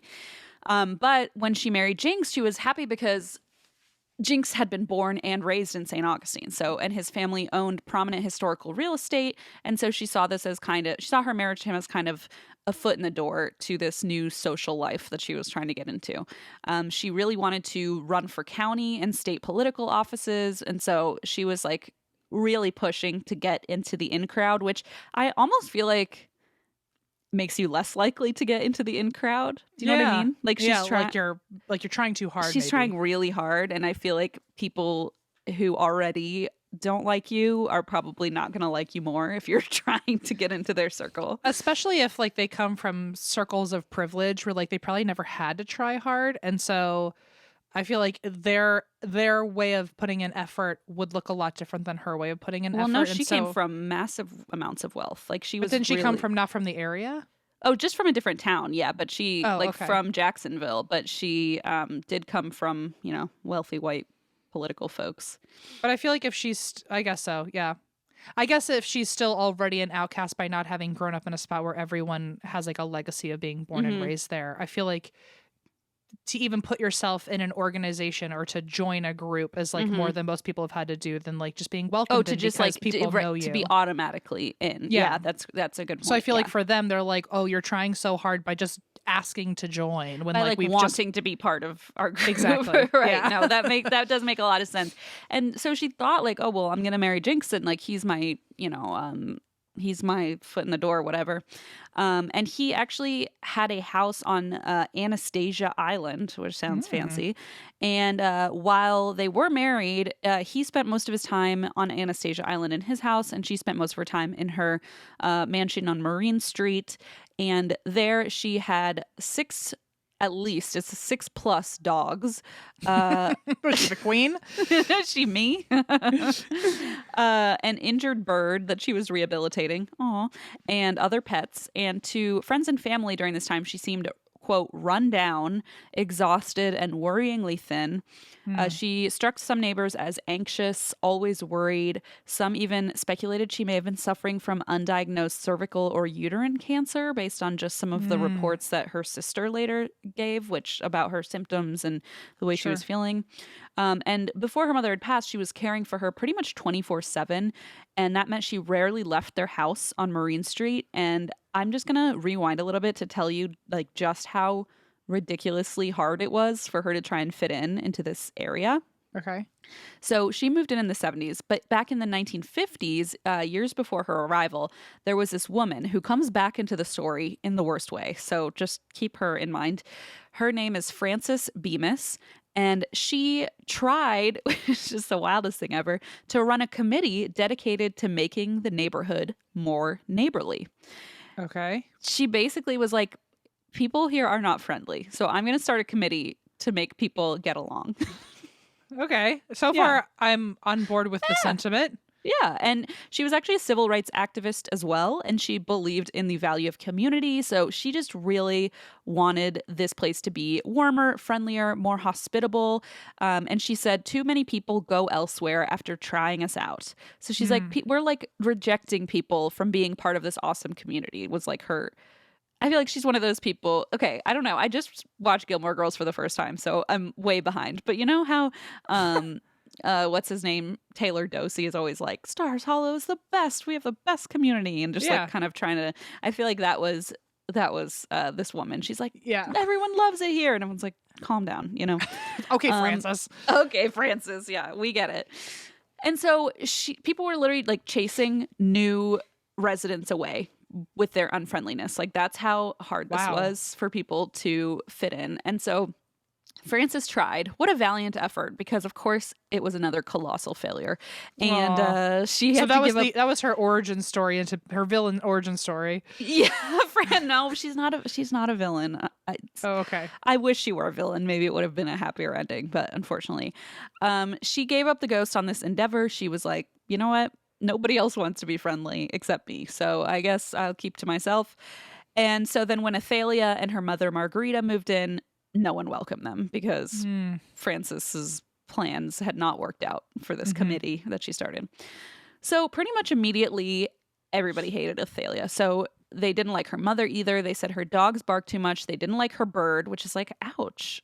Why would you not like her bird? Yeah, exactly. It's like an injured bird. We'll leave it out of it, you know? Yeah, what a particular twist of the knife of like, you suck, you're too friendly, also your bird is stupid. Also, I hate your bird. It's too low. It's like a low blow. Yeah, it's too far. And so they didn't like the dogs. They didn't like the birds. In 1972, some neighbors even filed a public complaint about the noisy dogs, and she was fined $50 for disturbing the peace, which today is about $350. She apparently cut back a pecan tree on her property, and her neighbors freaked the F out.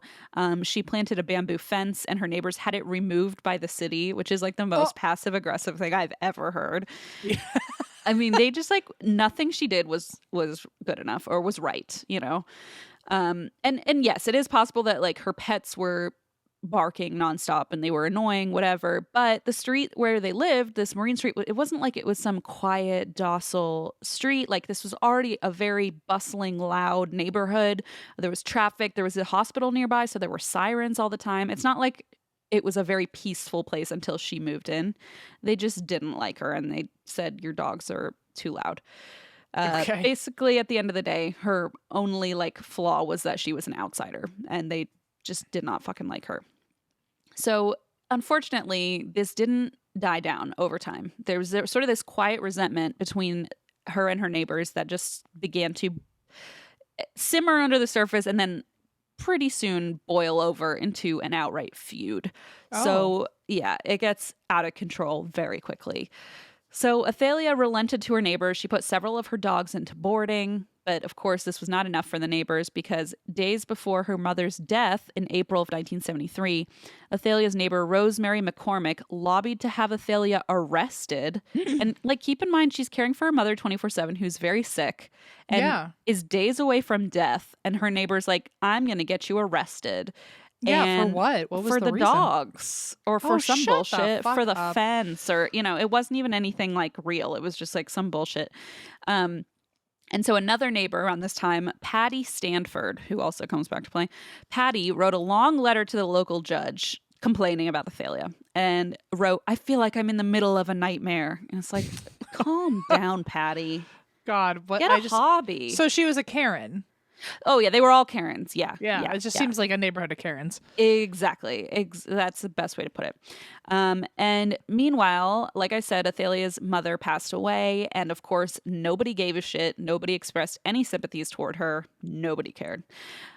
Rosemary and Patty, the ones who wrote the letter to the judge and tried to get her arrested, took issue with literally everything about Athalia, down to keeping her porch light on at night, which they said shined obtrusively into their bedroom windows. Close your damn curtains. What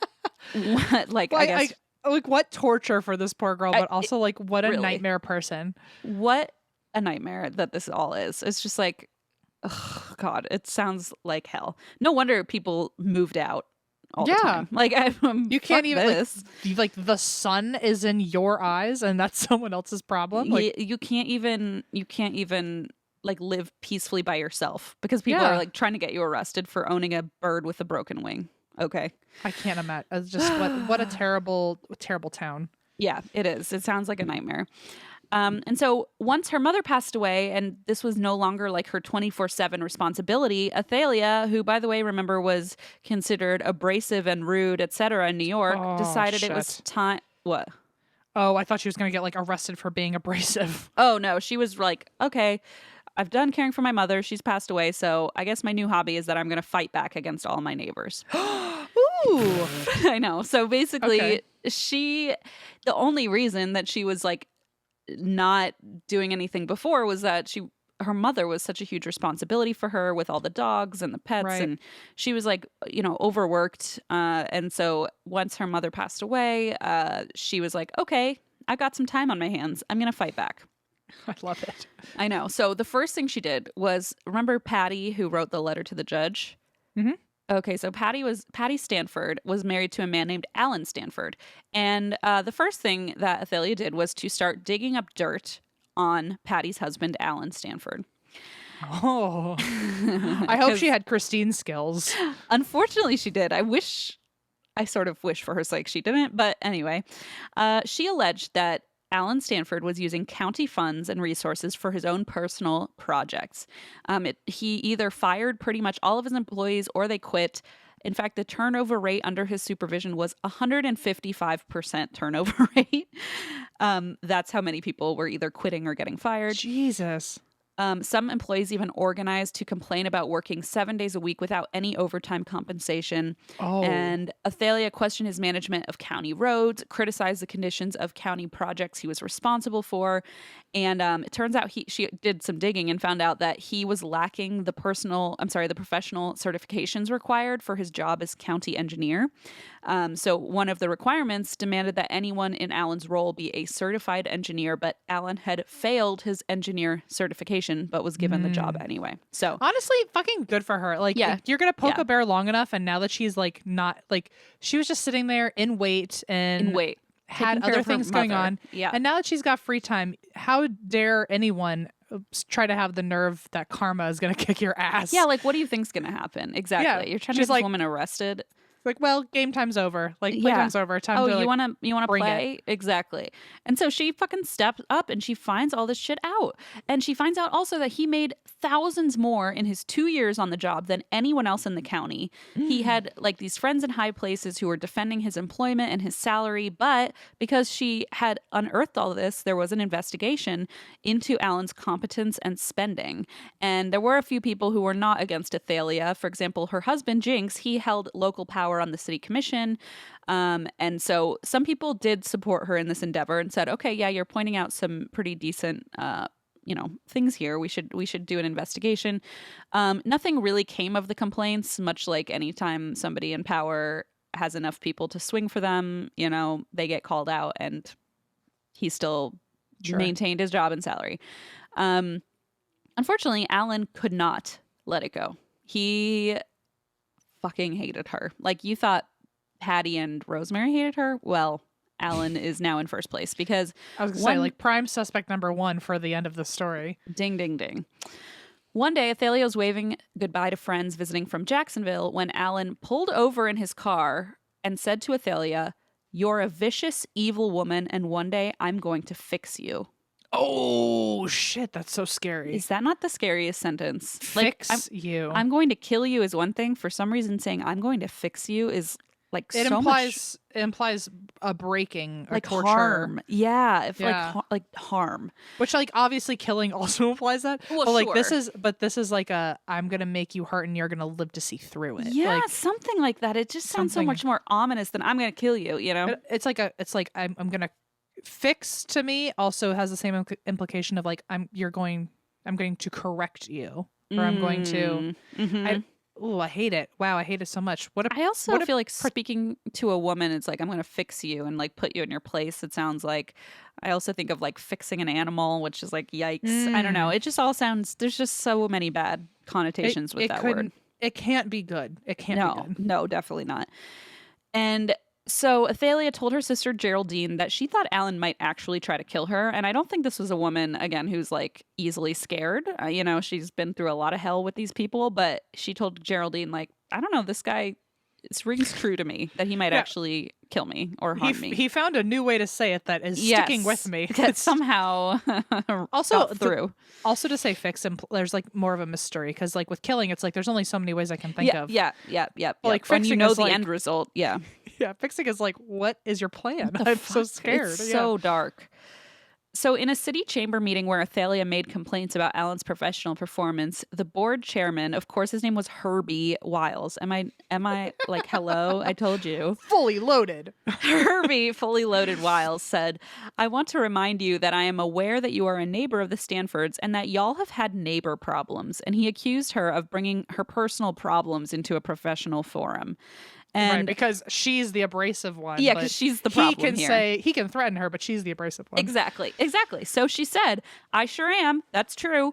My life has been threatened too, I'll tell you. You mentioned personal things. He threatened my life. And Alan was outraged and said, I would never do that. I never said anything to this woman. So he denies all of it. And she goes on to accuse him of sabotaging her car by pouring sugar in the gas tank. What? I know. And her husband Jinx thought that Alan agreed with her and said, I believe her, and I think Alan did do this, but we don't know because Alan got away with it either way if he did do it. If not, I don't know, maybe she was just having car trouble. We're not sure. But she was convinced he had messed with her car. Wouldn't surprise me. And he denied, but Athalia kept at it.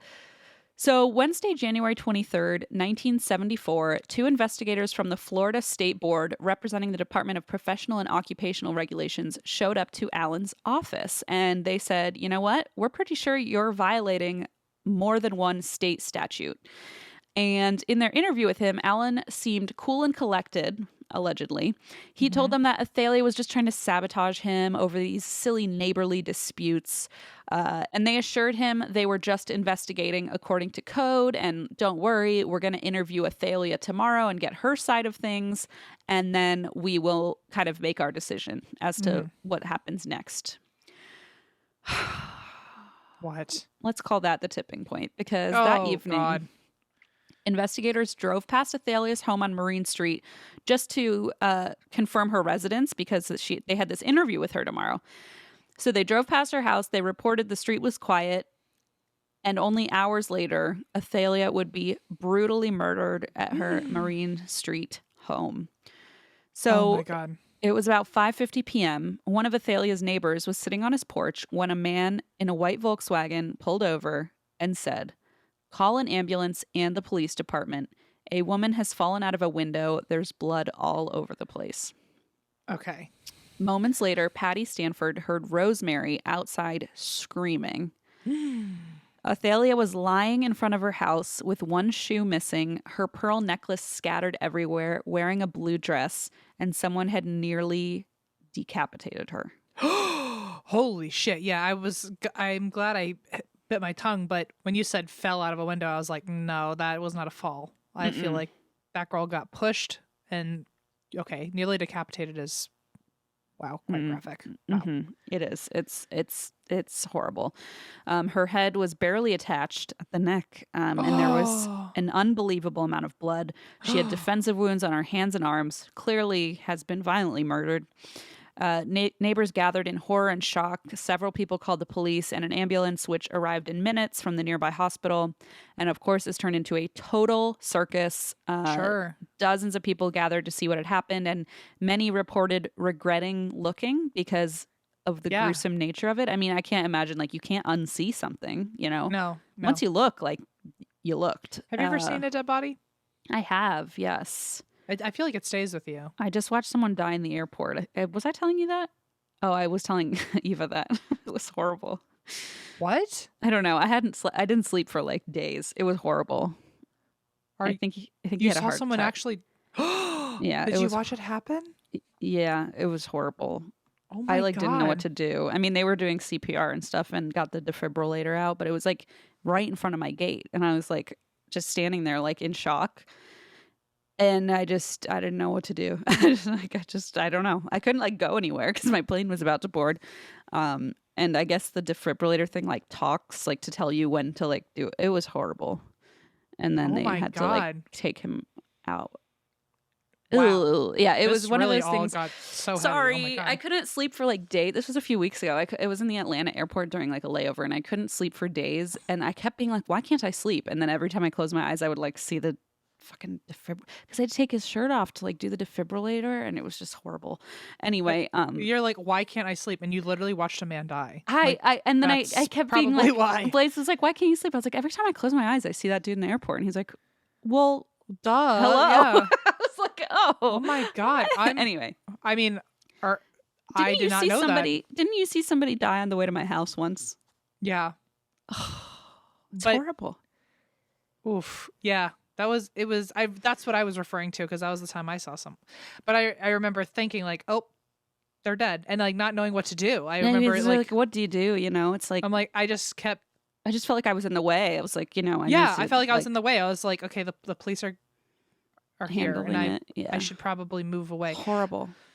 Oh yeah, you don't know what to do when, especially when it's. I mean, thank God, it wasn't someone I personally have an attachment to, so I was able to step away. But like, either it's someone you know and you're absolutely fucking traumatized, or it's someone you don't know and you're like, well, as a human being, what's my next move? I have no clue. It's not like something that goes lightly across your subconscious. Like I imagine like, this, especially being so violent and barbaric, is like must just be.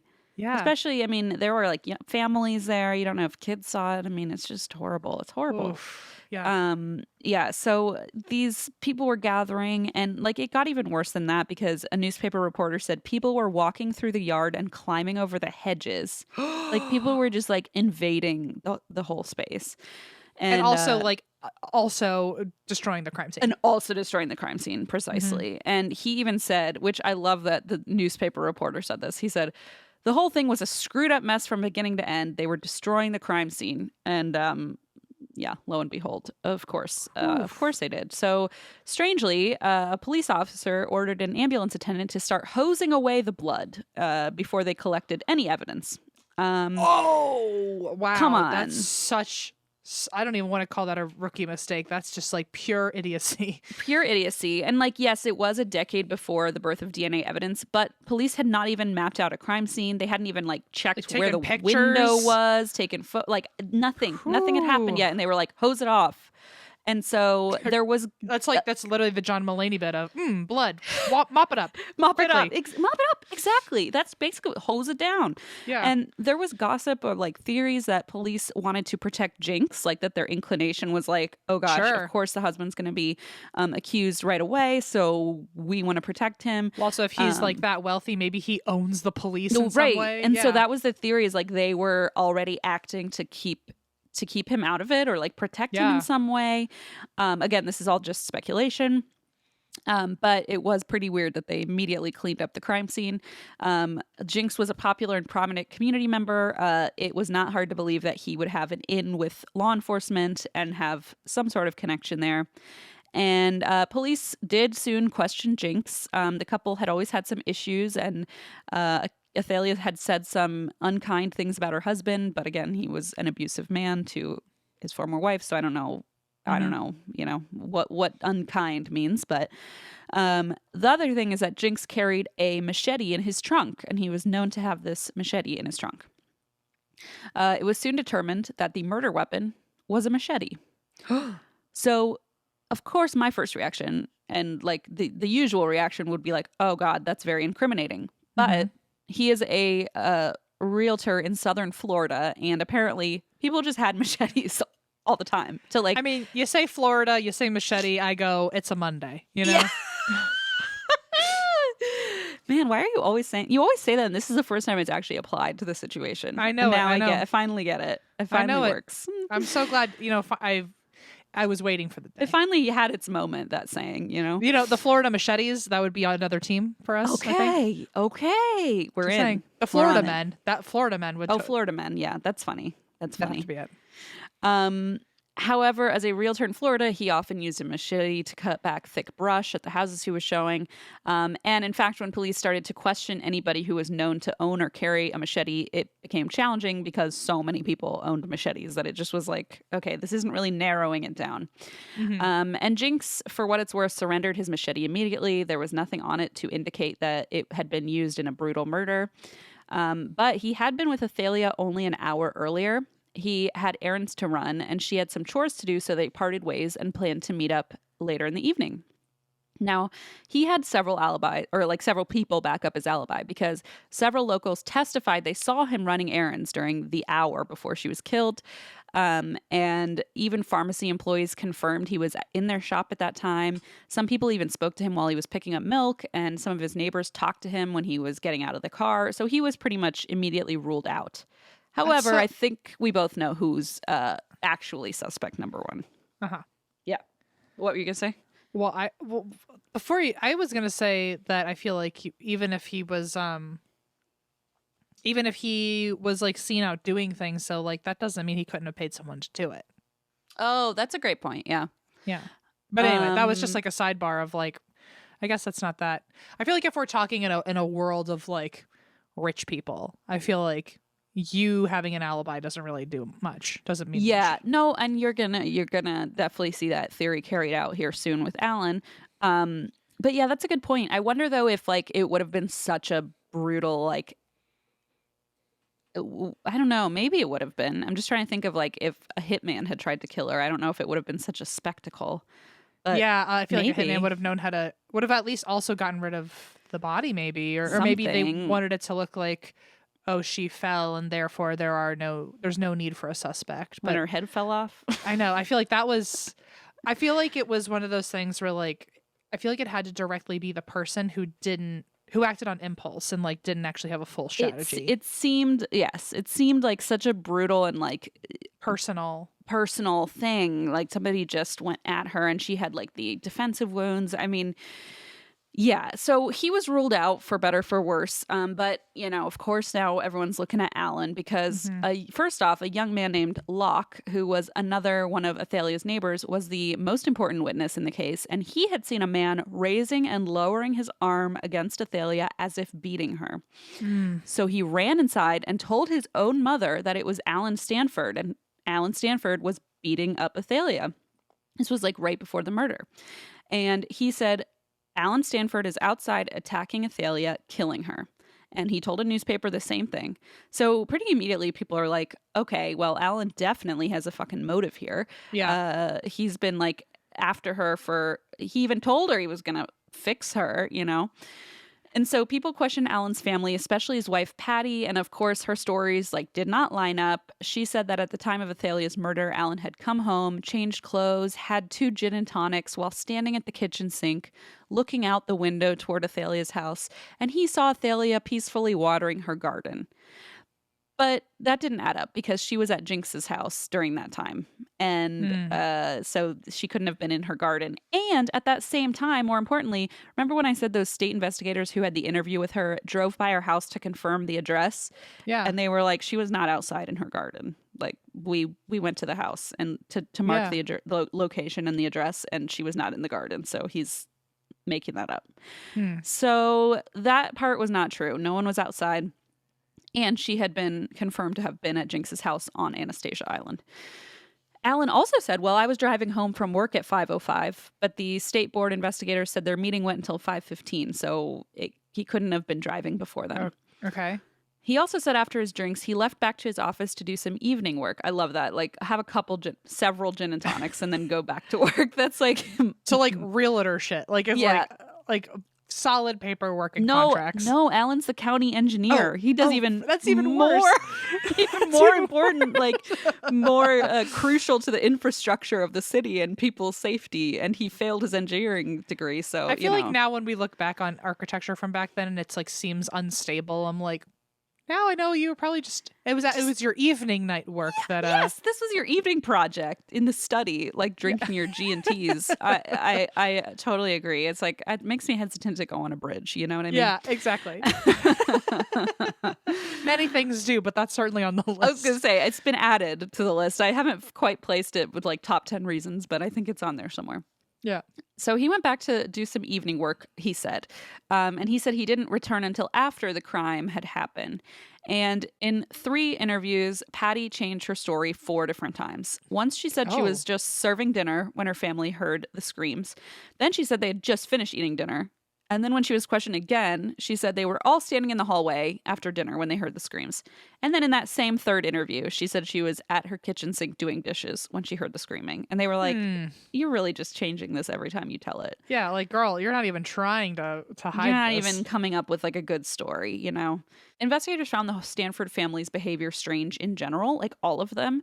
As far as anyone knew, there was a murderer with a machete decapitating people in their neighborhood. Right. And in their very safe neighborhood. In their very rich, safe, peaceful neighborhood. Yet Alan's daughter Patricia took her baby sister Annette outside to play while everybody was processing the crime scene across the street. So they were just like, la la la, the Stanford house, nobody locked the doors that night or seemed particularly concerned about a machete wielding maniac attacking the neighbors. Ding ding ding. Red right? flag. Come on. Yeah. And so that night, Patricia the daughter wasn't even scared of a murder. She was only anxious that her dad might be a suspect. And so he came into her room to comfort her and said, "Don't worry, I had nothing to do with it." Go to sleep, darling. Yikes. Night night, kiss kiss. Yeah. Kiss kiss. I'll have the nanny give you a kiss for me. Just gross. So Alan took a polygraph test. This is so weird, but not for law enforcement. In fact, law enforcement asked him to take a polygraph test and he said no. So instead, he got a test taken by a private investigator who actually worked doing lie detector tests for Zales jewelers. What? Why? Sorry, this is such a convoluted sentence. So sometimes jewelers like that, I don't know if they still do it, but they had people give like lie detectors to be like, are you going to steal the product? Are you trustworthy? Okay. And so there was this guy whose job was like to administer lie detector tests to potential employees who were going to work at Zales Jewelers. So this is the guy that he took a polygraph test from. And so investigators heard this and were like, well, we're going to just keep calling them and ask for the results. And when they finally got them, the company said the test administrator was absolutely not authorized to perform polygraph tests outside of company hiring procedures. So it wasn't like even a admissible, test result. So in the following weeks, this kind of goes back to your theory because people came forward to give Alan alibis. They claimed they'd seen his car parked at the office at the time of the murder. But weirdly enough, what a coincidence, every witness either worked for Alan or owed him a favor. Right. And also I'm imagining a place that the polygraph examiner that happened to work at a jewelry store. Maybe this guy had already bought a lot of products from this jeweler or something. Knows? And why on earth would he pick this guy? Yeah, exactly. Yeah, exactly. So bizarre. And so every witness just happened to like either work for him or owed him something. And one witness was not only Alan's employee, but actually living on property that Alan, like rent free, that Alan had given him. So like strings attached, folks. Strings attached to everything, especially if you're living on Alan's property, it sounds like. Right. He's like, just a small favor since I let you live here for free. Go lie to the police. BFD, like, yeah. Ooh, BFD. Okay, so it came out that Alan even specifically approached these people to ask them to be his alibis. Like, not only did they go do it, like, they admitted, like, yeah, he told me to say it. Oh, this is not a good look. How is this a cold case? I know. That's why when he said it's a mystery, I was like, unfortunately, like, it's not. It just like is infuriating, Yeah, this just sounds like a big lesson for Eat the Rich. No, for real. Like that, it just ends up being like the most eye-rolly, like, of course, Mm-hmm. Alan had also, so weird, borrowed a large machete from work a month earlier. That's crazy and so unexpected. So quirky that he did that. And like, again, wouldn't be super weird. Like maybe he needed it for foliage, but the problem is that he never returned the machete. And when they asked for it, he said, I don't know where it is. And they're like, well, that's not a good look either, friend. Yeah. So investigators obtained a warrant to Alan's home. They found a bloody napkin in the garage, 2 concrete blocks like the kind that they had used for fencing in their yard with blood on them. They impounded Alan's car, which he owned through his county job, and they found bloodstains on the seats and the steering wheel. There was a trail of blood leading from the murder scene to Alan's yard. Shut the fuck up. Like, hello? There's just, I can't think of a more obvious suspect. It makes you want to scream. Like, it makes you want to scream. It's so stupid. And to think, by the way, let's just talk about like the crooked, corrupt system of today where like so much less evidence is needed to put someone away. Yes. This is like a literal blood trail. Like it's embarrassingly easy to track. Yeah. And they didn't even need DNA evidence to track it, And nowadays it's like, oh, we have like 1/10 of a hair follicle. Like we can catch the guy, And so it's just so infuriating. I know that's not true, whatever I just said. So please don't yell at me, folks. I know that you don't. But even also, just to like, POC, there have been people who have been sleeping in bed or holding Skittles. And like, that was enough to be like, oh, this person's guilty.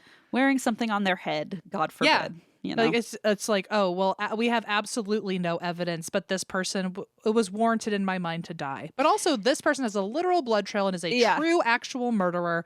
But you know what? We just can't figure it out. Can't crack the case. Just really rough to listen to, and you know, I will say in the end, this does go through the quote unquote proper channels of court and everything, and this guy still fucking gets away. So it's not even like, oh, the police like let him go. It's like, well, you'll see, but it's like it's that same thing of like the bigger systems are the problems, you know. And I don't want to get into a big rant, but it's like, if you're We're all looking on the just same like page. anecdotally, sure, you know, maybe it wasn't necessarily like, oh, this person's fault or that person's fault, but like the whole fucking system is screwed up here. Like, why else would this guy be another eye rolling situation of course he's walking free. Anyway, okay, so let's see. He says he can't find the machete and there's a blood trail to his yard. And then remember Herbie? Oh, Fully Loaded. Of course I remember him. I'm sorry. To you, he's Fully Loaded. Yeah. HFL. Yeah. Yeah. HFL, the commissioner, he started to get scared because he's friends with this guy and he's like, oh shit. Like he might have genuinely had something to do with it. Yeah. Well, ding, ding, ding. Yeah, might, maybe. So he insisted for, you know, to his benefit, he insisted the car be thoroughly searched for this missing machete. And Alan started saying all of a sudden he changed his story and he said, no, I did return it. And the county crew chief, whose name was Freddie Hudnall, said, excuse me, this is not verbatim, excuse me, but I keep an extremely meticulous inventory of county property, and that machete has not been returned, according to my records. Basically, this poor Freddie guy's like so insulted, because like he worked so hard to keep all these meticulous records, and then this guy's like, no, I definitely returned it. And he's like, how dare you? I know you didn't return that fucking machete. I also know, I like how you had to let me know that verbatim. He didn't say, girl, please.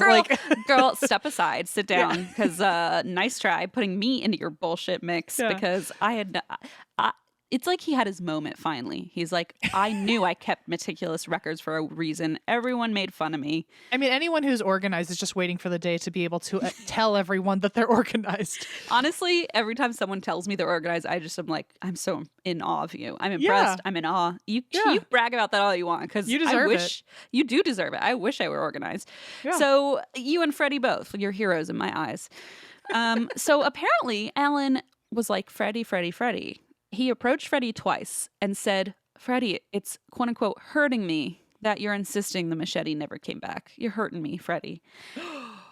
And gross and smarmy and gaslighty and like manipulative. And Freddie, of course, is like, this guy's coming up to me being like, hey, say the machete's here. Freddie's like, he's talking to a type A person. Like, I don't know what the fuck my collection looks like. Meticulously organized Freddie. Exactly. And so Alan's daughter, Patricia, remembered seeing the machete and she described it in detail because she just is trying to, you know, be upfront. Yeah. And she said she overheard her dad telling her mom that he had found it somewhere and planned to give it to his work crews to kill snakes. Okay. He found it somewhere, like from Freddie's arsenal. Yeah, from Freddie's very meticulously organized arsenal. So Alan ended up doing an interview with a local newspaper shortly after the killing because he wanted to clear his name. He told the interviewer that it was not fair that he was a suspect. That's a quote. Oh, okay. Wow, I feel so bad for you. Yeah, playing the smallest violin ever here. Yeah. He also requested that the newspaper please dispel suspicions about him, and if they did that, it would be a real public service. Like, he's the smarmiest mofo I've ever heard. But also, like, it's like the entire system is enabling him because he gets away with it. Yes, he does. You're totally right. And so not once in the interview did he, but I love that we know that he told the reporter, like, please just dispel my... Please just it's hurting my feelings. The rumors. Yeah. And they're like, then he told us to please dispel the rumors about him. Like, it just backfired. Right. So this is cringe. Not once in the interview did he acknowledge that his neighbor had been murdered or like that, any of this had happened. It just was about how frustrated he was that he was a suspect. So clearing his name wasn't very successful. Still, the blood and motives aside, police were like, we need this fucking murder weapon. So in mid-February, they offered a reward. Wouldn't you know it? The next day, a local man showed up with the machete. Okay. It's wild. So there is a story as to how this happened, but it was weirdly convenient. They were like, okay, we just posted this, but now you just show up the next day that there's a reward. So people also took issue with him because he had been arrested for public intoxication a few times, and people were like, I don't know if he's like legit. But investigators pointed out that this man, whose name was Dewey Lee, had spent much of his time in junkyards looking for items with resale value, and he was a mechanic. So he would basically be out in the junkyard searching for auto parts. So it wasn't like out of the question that he would be searching a junkyard and find this machete and be like, oh boy. Okay. But again, the timing was suspicious. But it turns out this guy, Dewey, didn't just happen on the weapon by sheer dumb luck, because he actually had a friend in the police department who said, hey, while you're out in the junkyards looking for auto parts, can you keep an eye out for anything suspicious? So he went looking for it. So he spent 2 weeks searching for this machete. It wasn't like, he just stumbled upon it. It was like he was searching for it. And he said he found the machete in a marsh a few miles from Marine Street on the banks at low tide. Along with the machete was a towel rolled up and wrapped in a belt. I don't envy the person who had to unroll this towel. Sure, me either. Me either. They unrolled the bloodstained towel, and inside they found pants, not the person. To be clear. Sorry. I feel like I should clarify that. Did they find shoe? I have to DM them later. Oh, no. Yeah. To be clear, not the person, thankfully. They found pants, a white shirt, a tie, a wristwatch, a baby's diaper, and a black belt. What a baby's diaper. That's a real red herring. That's bizarre, right? And so all of these items were soaked with blood, and there were blonde hairs in the bundle as well. Now, the watch, of course, had a serial number on it. And oh, God, okay. The jeweler who once repaired the watch said, oh, yeah, that's Alan's. Is it the same guy that worked at Zales? And like, oh, my God, you might be right. That would be so weird. What's even worse for Alan is that a local clothes store and tailor and a separate dry cleaning service identified the pants and shirt as Alan's with sales receipts. Like, these belong to him for sure. So finally, police are like, yes, we're able to arrest this mofo. And on February 2nd, nearly a month after Athalia's slaying, they arrested him. Of course, there's immediate public outcry. People remember young women just sobbing that he's been arrested. Oh. Like, not about Athalia's murder, but like that he's been arrested and taken in. Mm-mm. People spoke out in Alan's defense. Not only did most people think he was innocent, some people confided that even if he wasn't, Athalia got what she deserved. Yikes. Ew, because she was abrasive. Yeah. Okay. Because everyone fucking hated her, which should she not. had a dog, because she had a bird. She had 6+ dogs and a bird. Yeah, horrible. So Alan was released on $20,000 bail, which somebody else paid, of course. Alan was granted a leave of absence from his job. How thoughtful. And the Trinity Episcopal Church raised money to support Alan's family for the year. Some of the congregation protested against this. Jinx, her husband, accused the church of thinking it more proper to pray for the wolf than the slaughtered lamb, which, it sounds like that's exactly what's happening. Alan reached out to a lawyer friend who was, of course, from a prestigious family, and that friend recommended a criminal lawyer named Walter Arnold Jr., who was known to only take cases he found interesting. Okay. That like, sounds... What a privilege. What a privilege. Indeed, what a privilege. And he was also known for winning almost every single case he tried. Well, sure. The ones that he thought were interesting were the ones he thought he could win. Yeah, that's a great point. And it was probably like, if you're hand selecting them, then yeah, sure. Yeah. Alan's father-in-law paid the lawyer's expensive fee, and they started working together. So the prosecution tried to move the trial to another county because they knew Alan was so well loved in this county and was an employee, but of course they denied the motion. And so on top of that, Alan's lawyer successfully filed to suppress the evidence they found in Alan's home. So the bloody napkin, the concrete blocks with blood on them, all of that was out. Could not be brought up in court. Oh, what? Okay. The lawyer also claimed that the warrant to search Alan's house didn't describe the room-by-room search they were conducting, and therefore it was an unlawful violation of the Fourth Amendment, blah, blah, blah. He won the motion, so they threw out all that evidence. And incredibly, Locke, the young man who first went to the reporter and his mom and said, I just saw Alan killing Athalia, took the stand and recanted his statement. Of course. I wonder why. And he said, actually, he wasn't sure who had been seen attacking Athalia, but it wasn't Alan. I couldn't see them, but I do know that I saw their face enough to know it wasn't a different I know person. it wasn't Alan. Yeah. Yeah. So Alan's lawyer brought up the tragic death of Jinx's first wife to try and like cast Jinx in a bad light and say like maybe he did it. He brought up Dewey's drunkenness and lack of education, the guy who found the machete. He even suggested perhaps Dewey had killed Athalia himself. Or why else would he have the machete? And people were like, that doesn't make any fucking sense. Okay. The defense worked hard to smear Athalia's name. They called her erratic, vindictive. They painted Alan as a calm, reasonable person. And ultimately, Alan's lawyer, having successfully thrown out the in-house evidence, argued that investigators paid Dewey to plant the machete in the clothes in the marsh. And Alan was framed by police all along. That was his new argument. Okay. So they presented him as a sympathetic man who was living everyone's worst nightmare, being accused of murder, losing his income, losing his reputation. And the jury fucking ate it up and acquitted him, said he was not guilty. The whole thing is just a nightmare. I don't have anything to say about it. I just just so frustrating. It gets worse. How does it get? How, okay. you say? Let me tell you. Okay. Athalia... The murder of Athalia happened, okay? This trial happens. He's acquitted. Remember Frances? Frances Bemis? The one who just wanted a friend. She just wanted everyone to be friends, So she tried to create a friendlier atmosphere on Marine Street. So she was certain Alan was guilty. Sure. And one of her neighbors said... She's the only one with emotional intelligence, by the way. Yeah, with the fucking head on her shoulders. So...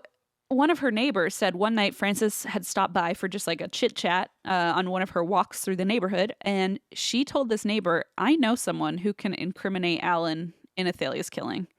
And she's like, I know someone who can like incriminate him. And I'm trying to get this neighbor to go to the police. And she's like, he knows something. I'm trying to get him to go to the police. So what happened is November 4th, 1974, the neighbor that she was referring to had heard a car door slam after dark and claimed to see Alan Stanford hastily heading down the street in a dark suit. And this was the night of the murder. So it was very weird because the neighbor had actually donated to the church's fundraiser supporting Alan. So it's not like this neighbor was like had a vendetta against Alan. It was just, I saw Alan running down the street in a suit, looking frenzied, and I heard a car door slam. And so Frances is like, yeah, I'm trying to get this neighbor to go to the police and like tell them what they know. So fast forward, Frances is telling her neighbor about this and like, ooh, I have somebody who has some intel. Well, later that day, around 7 p.m., a woman nearby heard someone screaming near her house, so she called the police. They drove through the area, saw nothing, didn't even check in with the person who called, and left. The next morning, a woman walking her dog south of Marine Street found the body of Frances Bemis, who had been murdered in an empty lot. No. I know. And Frances, who was 76 years old, and was just trying for everyone to get along. She had not been robbed, she had not been raped, but she had been beaten mercilessly and had died of blunt force trauma to the head. Nearly all of her bones were broken, and she had been partially strangled.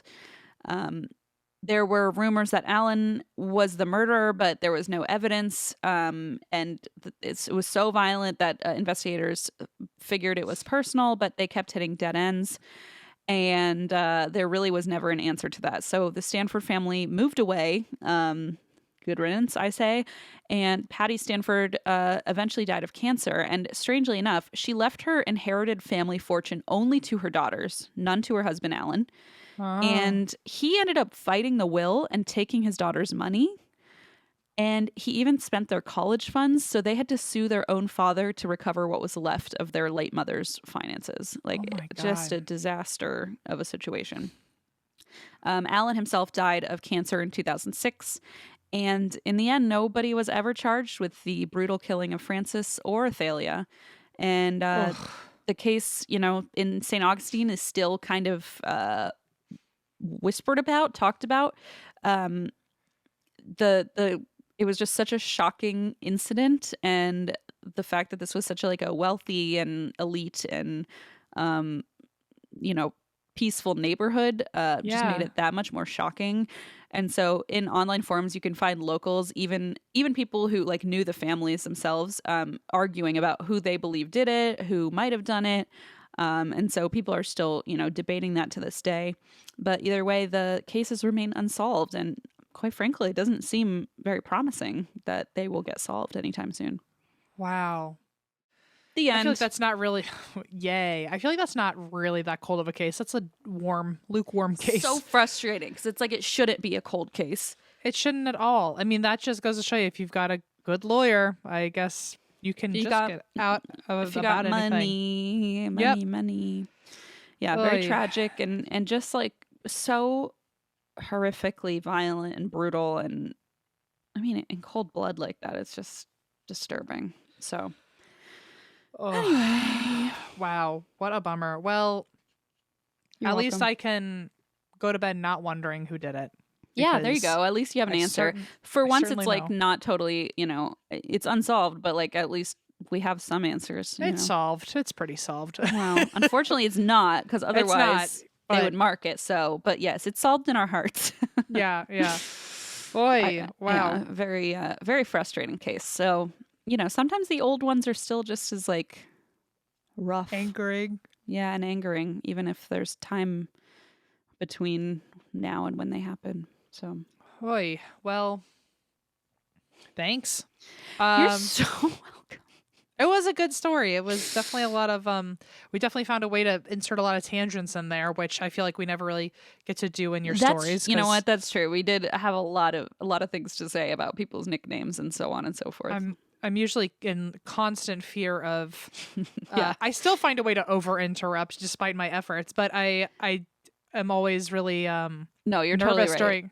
Nervous during your stories because I don't want to insult victims or anything like that. Or make a call before we know. Yeah. But there were definitely branches to play off of today, yes. I guess. So yes, we at least got to joke about people's hilarious nicknames. Yeah. Well, I don't know what to say. I thank you for the story, Christine. Thank you for the knowledge. I did it for you. You're welcome. Knowledge is power. Yes, thank you for doing it for me. Power. And also, I can't wait to do an after chat where we talk about something less dire. Do you have a topic in mind? Nope. Okay, me either. Let's see where our chaos takes us. Whee! If you are part of Patreon, then you can head on over to our after chat after this episode and I don't know, watch us bumble even longer through things. Just fumble and bumble around. And that's why we drink.